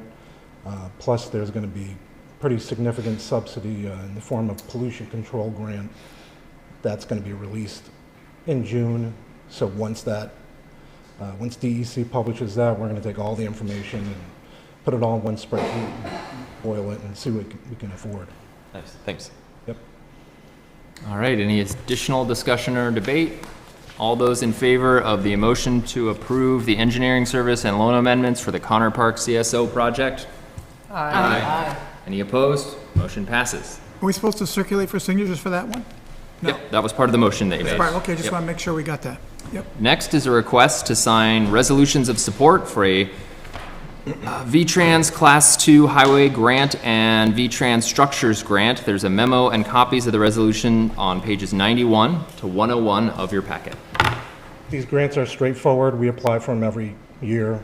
Class 2 roadway, we're gonna pave Door Drive between Ripley Road and River Street. That project's going to be reclaimed, paved 4 inches, pretty significant endeavor, $127,000. The VTrans Structures Grant, we're applying for Lincoln Avenue Culvert, which is the final culvert scheduled to be replaced as part of the structures bond. This year we're doing Grove Street Culvert at the intersection of Crescent. So hopefully, excuse me, hopefully we get this grant, because I know money's going to be a little bit tight. So. Alderwoman Tadia? Motion to suspend the rules? Second. All right, we have a motion to suspend the rules. All those in favor? Aye. Any opposed? Motion passes. And motion to circulate for signature the resolutions of support for the VTrans FY 25 Municipal Highway Class 2 Road and Structures Grant applications. Second. All right, any discussion or debate on the motion? Alderman McCann. Thanks. For the Lincoln Ave culvert, is there going to be sidewalk improvements included with that? Or is it just a roadway? We're going to lengthen the culvert. Right now, I know on the east side, the sidewalk's falling into the creek, right? So it's going to be designed so it's lengthened, and then when it's done, we'll come in and replace the sidewalk. Great, great, thank you. Any additional discussion or debate on the motion? All those in favor of approving the resolutions of support? Aye. Any opposed? Motion passes. Next is a request regarding the Municipal Road Grants and Aid Program. There's a memo and a copy of the letter of intent on pages 102 to 103 of your packet. Yeah, this is just the first step towards moving forward with this grant. We get it annually. Right now, it's about $21,000, depending on how many communities sign up for it. It might grow. There's in-kind match towards that, but we perform all the work, you know, in terms of grass line, stone line swales, maybe cutting down shoulders, doing work on stormwater outfalls, things of that nature. But we just need to have the mayor sign the letter of intent. Very good. Alderwoman Taddeo? Motion to suspend the rules. Second. We have a motion to suspend the rules. It has been seconded. All those in favor? Aye. Any opposed? Motion passes. And motion to authorize the mayor to sign the letter of intent to participate in the FY 25 Municipal Road Grants in Aid. Second. All right, so we have a motion to authorize the mayor to sign. It has been seconded. Any discussion or debate on the motion? Seeing none, all those in favor? Aye. Any opposed? Motion passes. Next is a request related to the Vermont Community Tree Planting Grant. There's a memo and supporting documents on pages 104 to 117 of your packet. So 2 grants got sent over to us just a few weeks ago. They both award up to $75,000, and basically it's just to reclaim unnecessary impervious surface in exchange for generating more green space and planting some trees. The day we got notified, I met with the foresters and the engineering technician, and we were all said, let's do Cottage Street and Justice Square. So we hit the ground running, put together some preliminary plans, realizing that we could expand the scope a little bit and look towards West Street, which is pretty wide, and we have some room to bump the curb out a few feet and just get more green space. So.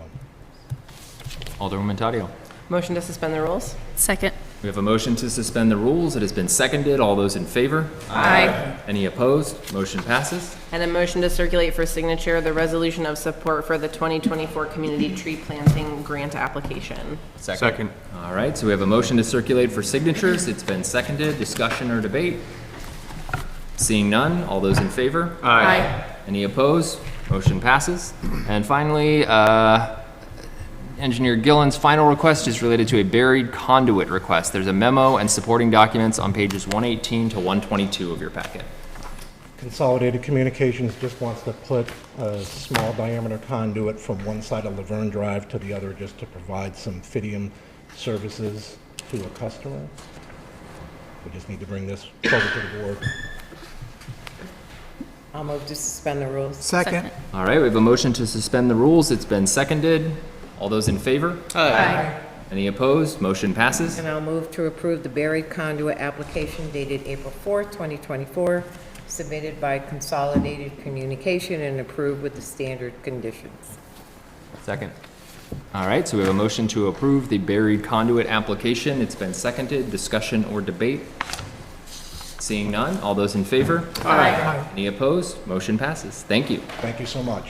Next up is Chief Kilcullen. The first is a communication about National Police Week, followed by a request to dispose of city property. Documents can be found on pages 123 to 125 of your packet. And the chief also had me pass around a sheet that details the property to be disposed of. We can get to that in a minute. Welcome. Thank you. Thanks for letting me be here before you tonight. First, I want to talk about Police Week. As you may know, back in 1962, Congress passed a resolution asking the president to designate the week of during May 15th as Police Week, designating May 15th specifically as Peace Officers Memorial Day in honor of law enforcement officers across the country who've been killed in the line of duty, and also suggesting or encouraging local governments to plan local events during Police Week to honor those killed in the line of duty. And so this year, a number of representatives from the department will be escorting the Ebbinghaus family to Washington, D.C. Jessica will be honored at a ceremony on Capitol grounds on May 15th. Her name will be engraved on the wall in Washington. So a number of events are planned that week. We'll be leaving on Monday, the 13th, to get down to D.C. for a candlelight vigil that night. Tuesday, there's some seminars that Concerns of Police Survivors is organizing. And then on Wednesday, the 15th, will be the National Peace Officers Memorial Service on the Capitol grounds, as I said. So I wanted to make you aware of those. And then we'll be back on Thursday night because we had some events planned here on Friday, the 17th. First is the dedication of Jessica's Corner at Justin Thomas Memorial Park, and Roy Thomas has really been instrumental in organizing that. Now, some of you may have been at an event a couple months ago at Southside Steakhouse where some of the equipment that will be placed at the park was unveiled. And that's been in the lobby of the police station for some time, and part of that display has also been at the rec since that night at the Southside. So you're all invited to that on May 17th at 10 o'clock. And then also on May 17th at 4 in the afternoon, right outside City Hall, the Rutland City Police Benevolent Association Memorial Service will take place. And so at that point, we'll have Jessica's name engraved on our wall here to honor all our officers that we've lost here at the department over the years. Another event that isn't, we don't have a date yet, probably occur in June at the Police Commission meeting, but we'll be dedicating the Police Community Room to Jessica. And so we've been able to spruce that up a little bit with some donations, and so I'll remind you of that before that comes too. So that's that for National Police Week. Great, thank you. Thank you. The other item is a request to dispose of some city property, that being police cars. The addition, I think, that the board president passed around was actually adds a third car to that. We had a third car recently that didn't pass inspection. If you remember, over the last several years, anytime we've come requesting vehicle or to dispose of equipment, we've generally had to scrap some vehicles for vehicles that weren't inspectable. And you know what we had gotten over the last several years had been anywhere from about $200 to about $1,500. That was through a scrapper. We went through a wholesaler this time, and we seem to be the prices we've gotten a little bit better. This last vehicle, the addition, the third vehicle is listed there, and I gave all my copies out, but it's over $4,000 for that vehicle that isn't inspectable. And so the total for all three vehicles now is, I think, $19,975. And again, these cars are, as you may know, the charter requires us to replace our frontline police vehicles every 3 years, or as soon as practical thereafter. And so once we replace those frontline vehicles, we repurpose them. And in this case, we've repurposed these vehicles for about 3 or 4 years.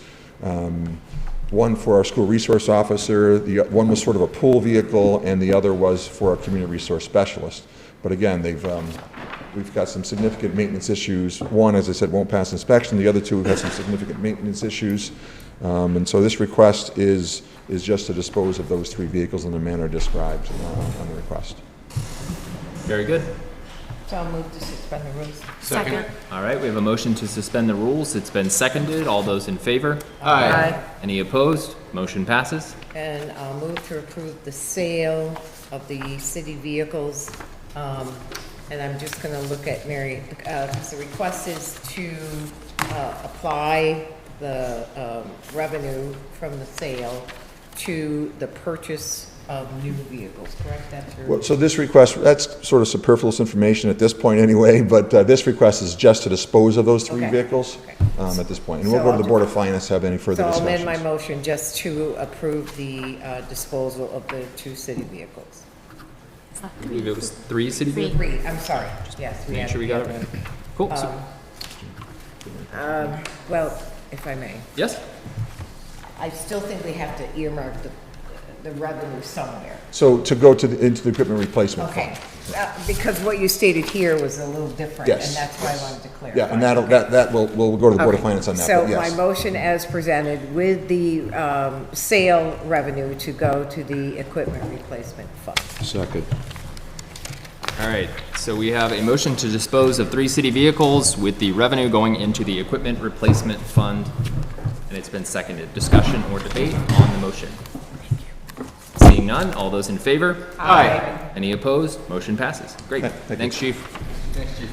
Treasurer Markowski is back with the treasurer's report on water sewer shutoffs. There's a memo and supporting documents on pages 126 to 131 of your packet. Hi again. I thought since we are starting another round of water shutoffs this year, I just wanted to report when I started pulling information together, it was interesting to go back to how last year was the first year in probably 10 years that we did shutoffs, remember? So in my office, we compiled some of the numbers, so I just wanted to go over with the board and the public. So last year, we had identified 97 accounts. So we did 4 rounds of shutoffs, and 25 of those paid in full. These were larger balances, by the way. We're working down that list. We really started with what's the highest delinquency and work down. 65 are in payment agreements. That means someone in my office is in constant contact with, has been in contact with those ratepayers to stay with the payment agreements. Of the 97, 7 accounts were scheduled actually for shut-off. 4 of those, I believe, were restored right away. We had a couple where we shut it off and then they're in our office 2 hours later, you know. So 3, I think there were 3 that we actually shut off. So that 97 accounts. So it's not a good feeling to shut somebody's water off, but you can see that this collection method is working for us. And you can see the delinquent balances that we started with last year of $321,000 through December, payoffs of 230, you know, down to 232,000. So we're seeing some success there. I wanted to share that. And when you look at our delinquencies, when we're looking at accounts that are 90 days delinquent, if you look at last year's balance compared to this year's balance, we're down 185,000. So I wanted to go over those numbers and then just announce to you that, because you probably hear from folks that get shut off notices. I don't know if you do or not. We hear a lot from them. So last Friday, we had identified 25 accounts. So working with the Department of Public Works, they went out, noticed all of those homeowners, and we already had some come in and pay off. So we worked through each one. I attached the policy for you. I'm not sure if you had seen it before, the shut-off policy. It's on the website, but you may hear from folks on it, because we'll, I'm not sure the exact date that these would be shut off, but we try to work through each one so that we don't end up with a customer without water. So this is a combined effort with the DPW and Treasurer's Office and everyone in the building. We're trying to help people. So I had written in the memo that we'll do 2 rounds. We may do more. We just kind of analyze as we go, how many payment agreements are we going to end up with, and can we successfully monitor all of those? So. Alderwoman Davis and then Alderwoman McClure. So Treasurer Markowski, if someone's unable to pay the full balance, they can still avert the water shutoff if they enter into some kind of an agreement. Correct. Yep. Treasurer Markowski, I have a kind of a 2-part question. Sure. My first question is, what percentage of last year's water shutoff notices, not actual shutoffs, but the notices in general, do we know what percentage of that were to multifamily units? I do not know that. Got it. I am not sure. I mean, I could possibly find out. I think Gail in the Department of Public Works might be able to get that for me. That would be great. My second question is, what sort of notice may be provided to a tenant in a multifamily building for a water shutoff? If, in that case, they are not the homeowner, they're not the property owner, would they still be noticed, and what protections would be in place for someone renting from someone who may not be paying their water bill? Okay, so the letter goes out to the homeowner, a notice goes out to the actual residents with notices on the door, so if there's a resident there, a tenant, they're gonna see the notice. They have an opportunity to pay the current bill to keep the water on, and then if they elect to and ask to, they can get the water bill sent to them and they could continue. Now that takes care of the current and going forward, but the homeowner is still on the hook for the, that they do have protection to keep the water on. So, but we still have to work out the delinquency with the homeowner. So, thank you. Alderman McCann, and then Alderman Gillum. Yeah, thanks. This looks like an impressive success rate, so I thank you for kind of doing the hard work of having to send those letters out that can't feel great sending that to people, No, but it seems like it's getting sort of the result that we had hoped Yes, to get people, yep, not it is. necessarily all the way paid, but at least on a plan, so thank you for doing that. Yeah, so thank you. Alderman Gillum? Out of the 65 here, if they do not keep their payments up, there is another process for that? Yes, they are on the top of our list for this round. If they didn't keep making payments and keep up with that payment agreement, they're really on the top of the list. Okay. So in these cases, we're going to expect, you didn't meet the requirements last year, so we're expecting full payment from those. Okay. All right, I think that's all. Thank you. Okay, thank you. Next, I'm up with several requests to authorize the board president to sign appointment or reappointment forms for our representatives to external boards. The first is the reappointment of Matt Whitcomb to the Board of Directors of Regional Ambulance. So I'd need a motion to suspend the rules and then a motion to authorize the board president to sign. Motion to suspend the rules. Second. All right, we have a motion to suspend the rules. It's been seconded. All those in favor? Aye. Any opposed? Motion passes. And motion to reappoint Alderman Whitcomb to the representative position to Regional Ambulance. Second. All right, so we have a motion to reappoint Alderman Whitcomb to the Regional Ambulance Board. It's been seconded. Discussion or debate? Alderman McCann. Alderman Whitcomb, are you interested in doing this some more? If one has a burning desire, they may have it, but otherwise I'd be glad to serve in this capacity again. Thank you. Yeah. Any further discussion or debate? All those in favor? Aye. Any opposed? Motion passes. The second is the reappointment of Alderman Gillum to the Rutland County Solid Waste Districts Board and the appointment of Ethan Pepin as the citizen representative to the Rutland County Solid Waste District Board. Motion. So moved. Need to suspend the rules. Did I get that? Okay, motion to suspend the rules. It's been seconded. All those in favor? Aye. Any opposed? Motion passes. So moved. All right, motion to approve the appointments of Alderman Gillum and Ethan Pepin. Second. Any discussion or debate? Alderman Gillum. I will not vote because I shouldn't vote for myself. And because of doing a good job, I'm now the chair. So I got that honor all of a sudden. More work. You can vote for yourself on town meeting day. You can vote for yourself here. That's Alderman right. Davis.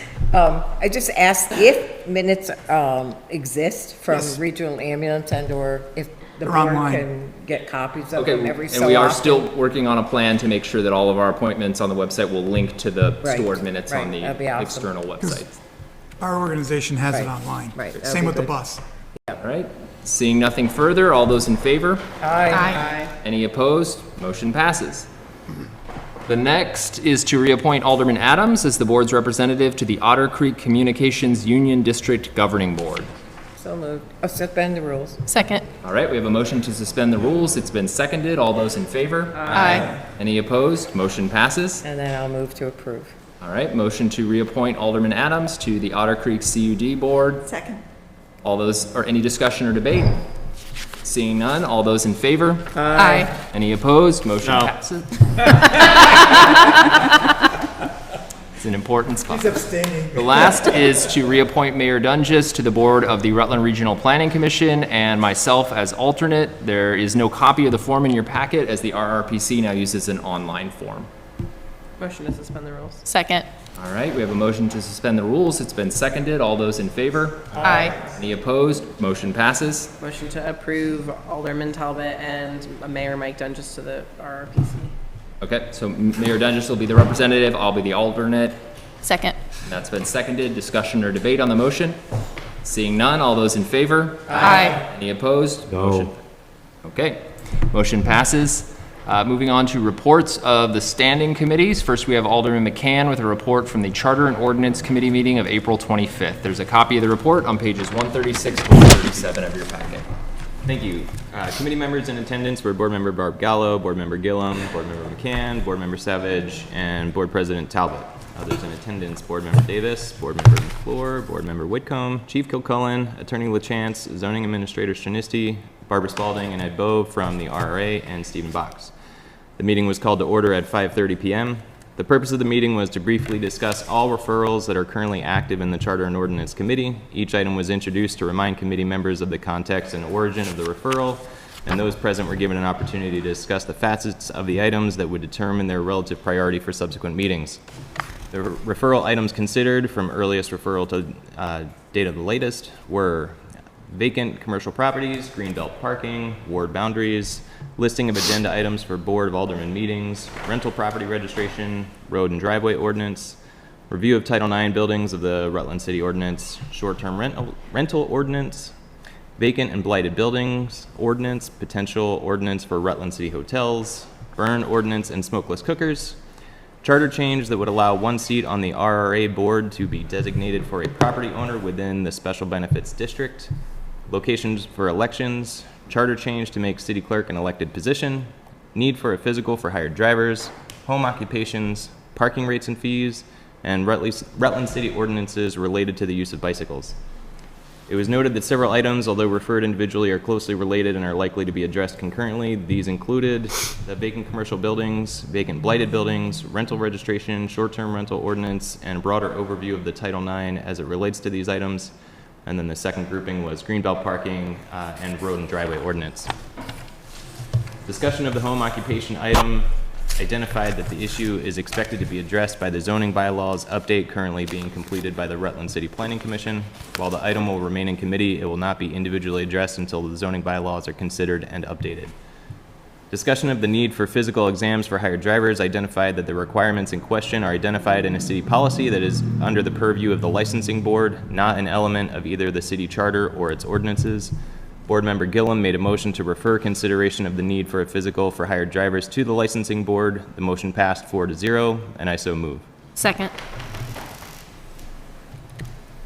I don't believe that the board needs to vote on this referral to that other internal board unless the board wishes to. All right, so we have a motion to refer the issue of physicals for taxi and Uber drivers to the licensing board. It has been seconded. Discussion or debate? Seeing none, all those in favor? Aye. Any opposed? Motion passes. Thanks. It was also noted that the vacant commercial buildings referral item was set to potentially expire as of May 2nd, 2024, and that re-referral may be needed to ensure that it remains in committee. So individually, I'm making a referral to put that item back into Charter and Ordinance to reset the clock on that so it can be considered with those other items related to it. Second. All right, so we have a motion to refer the vacant properties back to Charter and Ordinance. It has been seconded. Any discussion or debate? All those in favor? Aye. Any opposed? Motion passes. All other items will remain in committee for further consideration at a later date. The meeting was adjourned at 7:07 p.m. Great. Next is Alderwoman Davis with a report of the Community and Economic Development Committee meeting of April 30th. A copy of the report was emailed and placed on your desk. Thank you. So the Community and Economic Development Committee met on April 30th at 5:30. We met at the Hub. The topic was the update for Cedar. Members present were Alderman McClure, McKeon, and Vice Chair Davis. Others present were Alderman Barbara Gallo, Gillum, and President Talbot, Lyle Jepson and Cooper Babbitt from Cedar, and Ed Bove from the RRA. Lyle gave the committee a tour of the hub and discussed the businesses that currently occupy the site and proposed businesses that will be locating there, such as a new professional licensing testing center. He discussed the many opportunities that exist for a business that locates within the hub. Cedar currently has 10 employees that provide a range of services from financial support to marketing. There is an event manager, program director. Their current board of directors sit on 7 committees, which also serves this business community. Many partnerships exist, such as with Castleton University for internships, the Mint, and Stafford students gain college credits from area employees. The Rutland Young Professionals and NAACP have free access to the hub for meetings and other needed uses. The Cedar Group works with tech and non-tech businesses to either start up or expand. There are revolving loan funds, small business assistance, energy saving opportunities, and marketing events all available. Currently working in the Industrial Airport Park for Phase 2 for an additional business space, also with Killington, Vermont with the TIF plan, and also with the Farmers Food Center.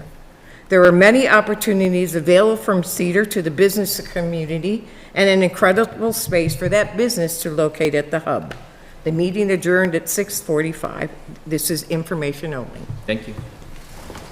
Next is Alderman Whitcomb. President Talbot? Yes. If I may, just can I circle back to Alderman McCann's report real quick? Sure. I had my hand up, kind of went right onto it. Thank you for looking into that and stuff. I just have a concern that for some reason it seems like in the last couple of years, Charter and Ordinance is getting thoroughly inundated with requests for all sorts of stuff going on.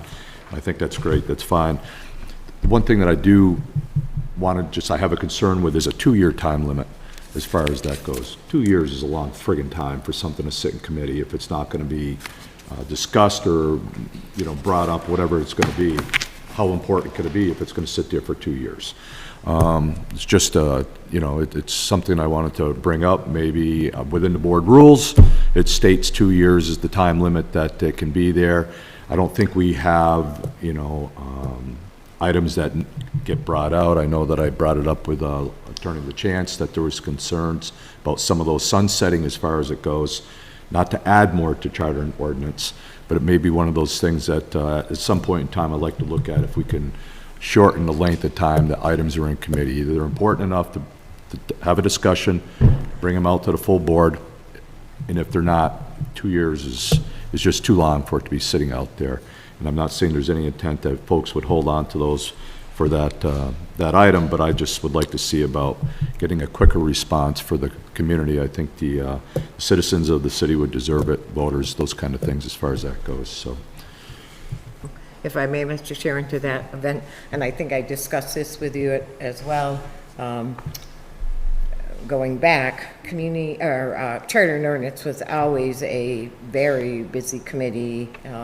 It has to wait for attorney action and other issues. And so it was a standing committee that met every off Monday at 5:30. And it functioned well that way because you could move projects through and get them moving. So I would suggest that consideration of setting Charter and Ordinance consistently twice a month. Alderwoman Savage.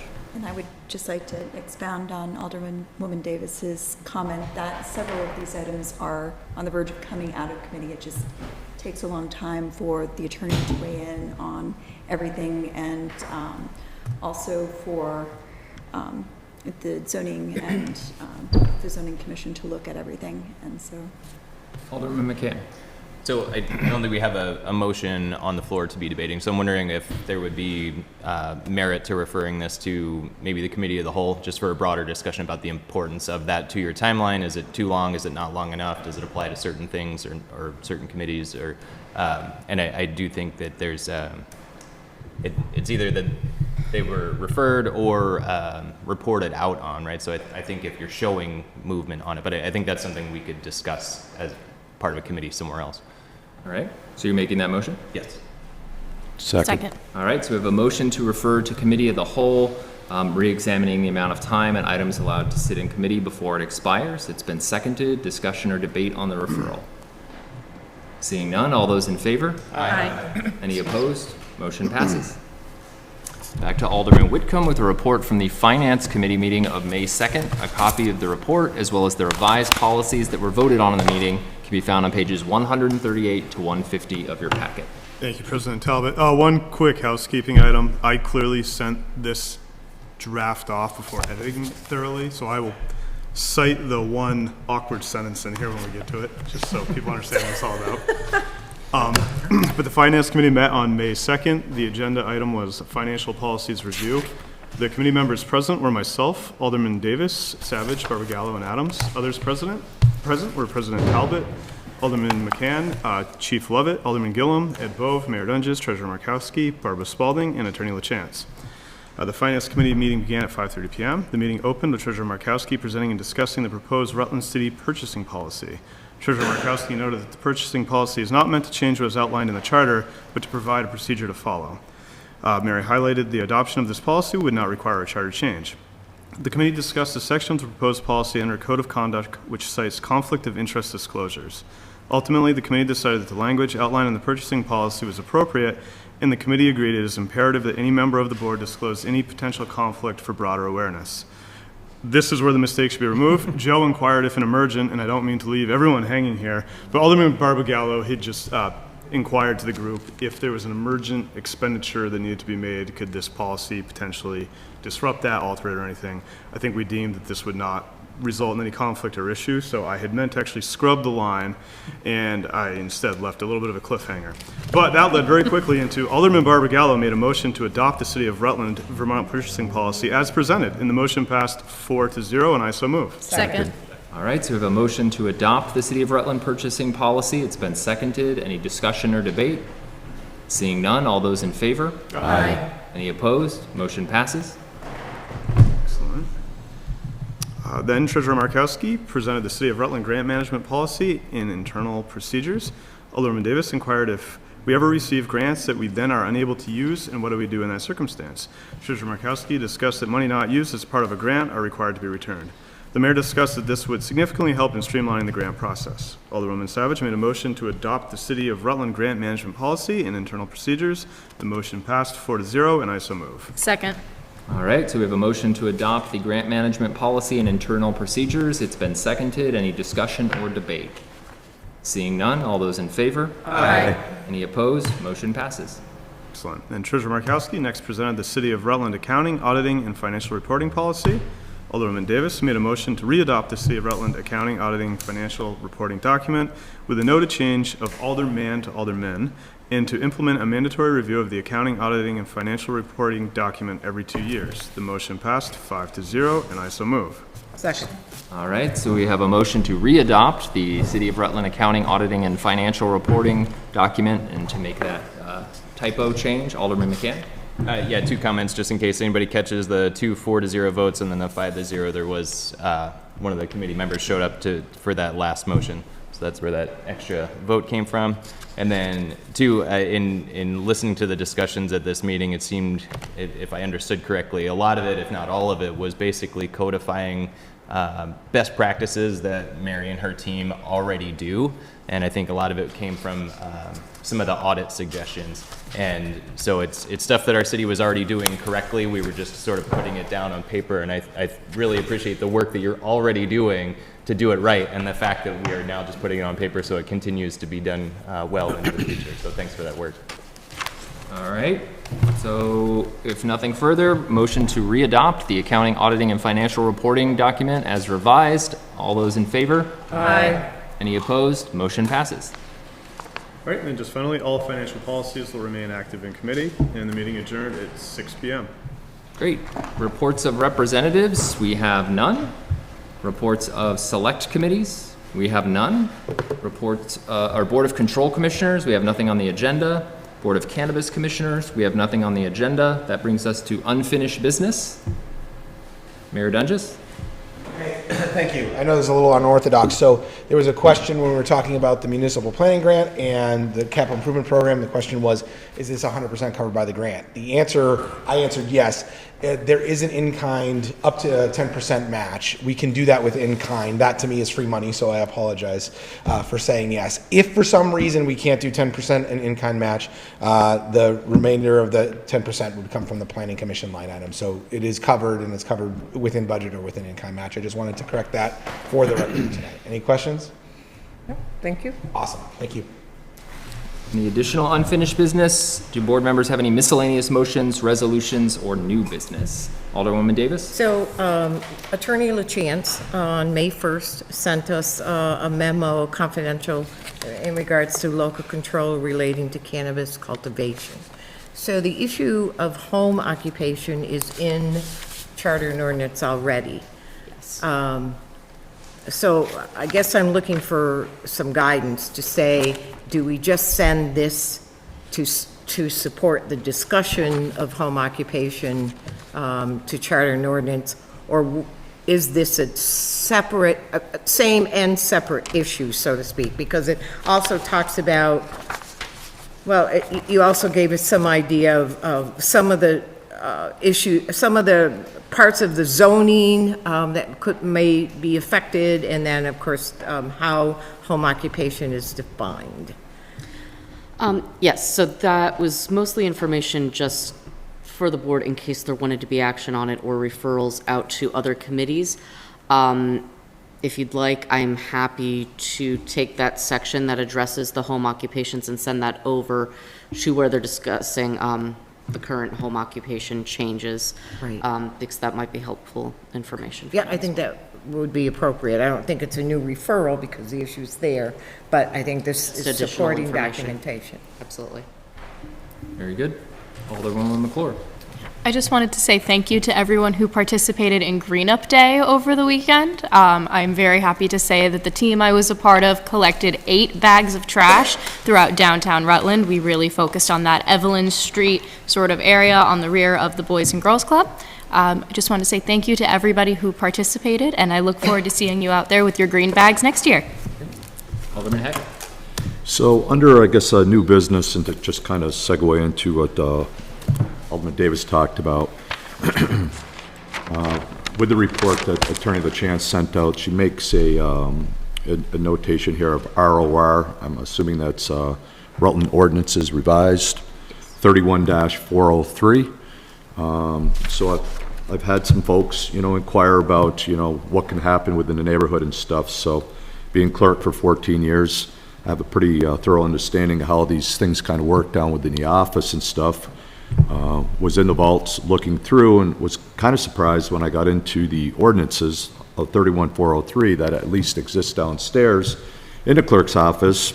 It's nowhere near what the bylaws have actually have been updated. I guess November 16th of 2020, when Tara Kelly was here, there was a rewrite of zoning bylaws in regards to specific home occupations. There's not mention of cottage industry type things here, if that's the word, but it is it's far more in depth than what is residing in the vault. My mind automatically went to when ordinances are revised and updated, there usually is a document that will pertain to that can be utilized. So when people go, I had a specific booklet on every revised ordinance that I worked on, and it was a kind of a mutual thing the clerk and the attorneys worked on to make sure that we coincided with the so-called requirements. Anytime an ordinance is updated, it has to be advertised in the Herald, and it stays there for 20 days. If there's no repeal, no scuttlebutt, no questioning in that aspect, then it comes to fruition and it replaces the existing ordinance. When I saw Andrew in regards to this specific thing, it was November 16th of 2020. It's one of those kind of dates that most people know what they were doing and when they were doing when COVID really hit. Attorney Bloomer at the time, fairly new, as David Allaire became the mayor in 2019. And getting used to it. And I'm sure you can understand the due diligence of what it takes to, when you come into there, how much you really have to do, and to get used to, what and how, the municipality runs and the many things that an attorney has going on. So nowhere within those updated ordinance book is there a so-called zoning bylaw update. I have some reservation or some concern that it may never have gotten to be placed in a Herald. It's just something I would like to see if you can do some background work on. See if Attorney Bloomer may remember, because we were behind. and it was more than 2 years in regards to certain items being out there, but this seems to be kind of a hot topic that's going on within the city now. I don't know what that means, if it has not met the so-called requirements, but it is something I looked at, and I tried to make sure that I was looking at an apple to apple. A regular ordinance versus zoning bylaws. Is there a so-called difference? I didn't get that, that there may be, because there are certain things within the ordinance, the original ordinance, that's referred to in this update from 2020. So I don't know if there needs to be a motion or something in that capacity, but I would just like to see if Attorney LaChance could look at if this specific bylaw, November 16th of 2020, has fulfilled the requirements that it would take to make this a updated version in the ordinances, and if not, what does that mean? You know, if it hasn't been done, I would have no idea what that would look like. So refer to the city attorney. As far as it goes. So that's just something I've come across. I thought I would share it with the board just to get your insight and see how would you like to proceed, just to make sure that we're following the protocol, how things are supposed to be done. So I'll move to refer the issue that Alderman Heck is discussing to the city attorney. Okay. Second. All right. I'm not sure how to summarize the issue Yeah, right. that Alderman Heck is referring to succinctly in a sentence. So basically, I think I want to make sure that the procedures for ordinance updates or repeals were followed for the November 16th, 2020 zoning bylaw update as presented by Tara Kelly, who was the zoning administrator at that time. Good. That referral has been seconded. Any discussion or debate on the referral? Seeing none, all those in favor? Aye. Any opposed? Aye. Nay. Motion passes. Very good. Any additional miscellaneous motions, resolutions, new business? Alderman Gillum. We too were cleaning on Green Up Day. We did the bike path, the Rotary South did the bike path. We ran into some stuff, and I want the public to understand.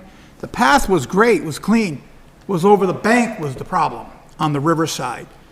7 grocery carts. We pulled out 4 bikes, probably about 30 bags of just stuff all over the river. And the new thing is going on here, which is not a good idea. People are picking up the pooper scooper stuff, putting in the bag, then they throw the bag over the bank. So why? You know, why? So I just think the neighbors in that area need to be a little more sensitive to that area, because it is a beautiful site and it looked really good from the surface, but when you got down on the bank, it was really bad. And the other part is the graffiti is really bad underneath the railroad trestle going on Lawler Avenue. Should that be referred to Public Works or Recreation? I'm not sure which committee that should go to. Alderwoman McClure. Having had an issue of graffiti in my neighborhood very recently, I used the Report a Concern app, and that was escalated through the Department of Public Works. Okay. So I would recommend that be sent to Department of Public Works. Because I have an organization that will go in there and paint it if they give us permission to do so. All right, so we have a motion to refer this particular graffiti to the Public Works Committee. It's been seconded. Any discussion on the referral? Seeing none, all those in favor? Aye. Any opposed? Motion passes. Alderwoman McClure. I would, just piggybacking off Alderman Gillum, I would like to refer to, I believe it would be the Recreation Committee, if it's in regards to the bike path, animal waste receptacles or increased receptacles along the bike path. I myself have received several complaints from constituents recently regarding lack of trash receptacles along the bike path that is behind Walmart. So not the same bike path, but still Spruce Street. Spruce Street. So I just would like to refer increased trash receptacles to Recreation. Okay. Is there a second on that? I'll second. All right, so we have a motion to refer, looking at increased waste receptacles on recreation paths to the Recreation Committee. It's been seconded. Discussion or debate on the referral? Seeing none, all those in favor? Aye. Any opposed? Motion passes. Any additional miscellaneous motions, resolutions, or new business? I'll move to adjourn. Second. All those in favor of adjourning? Aye. Any opposed? Motion passes. Thank you, everybody.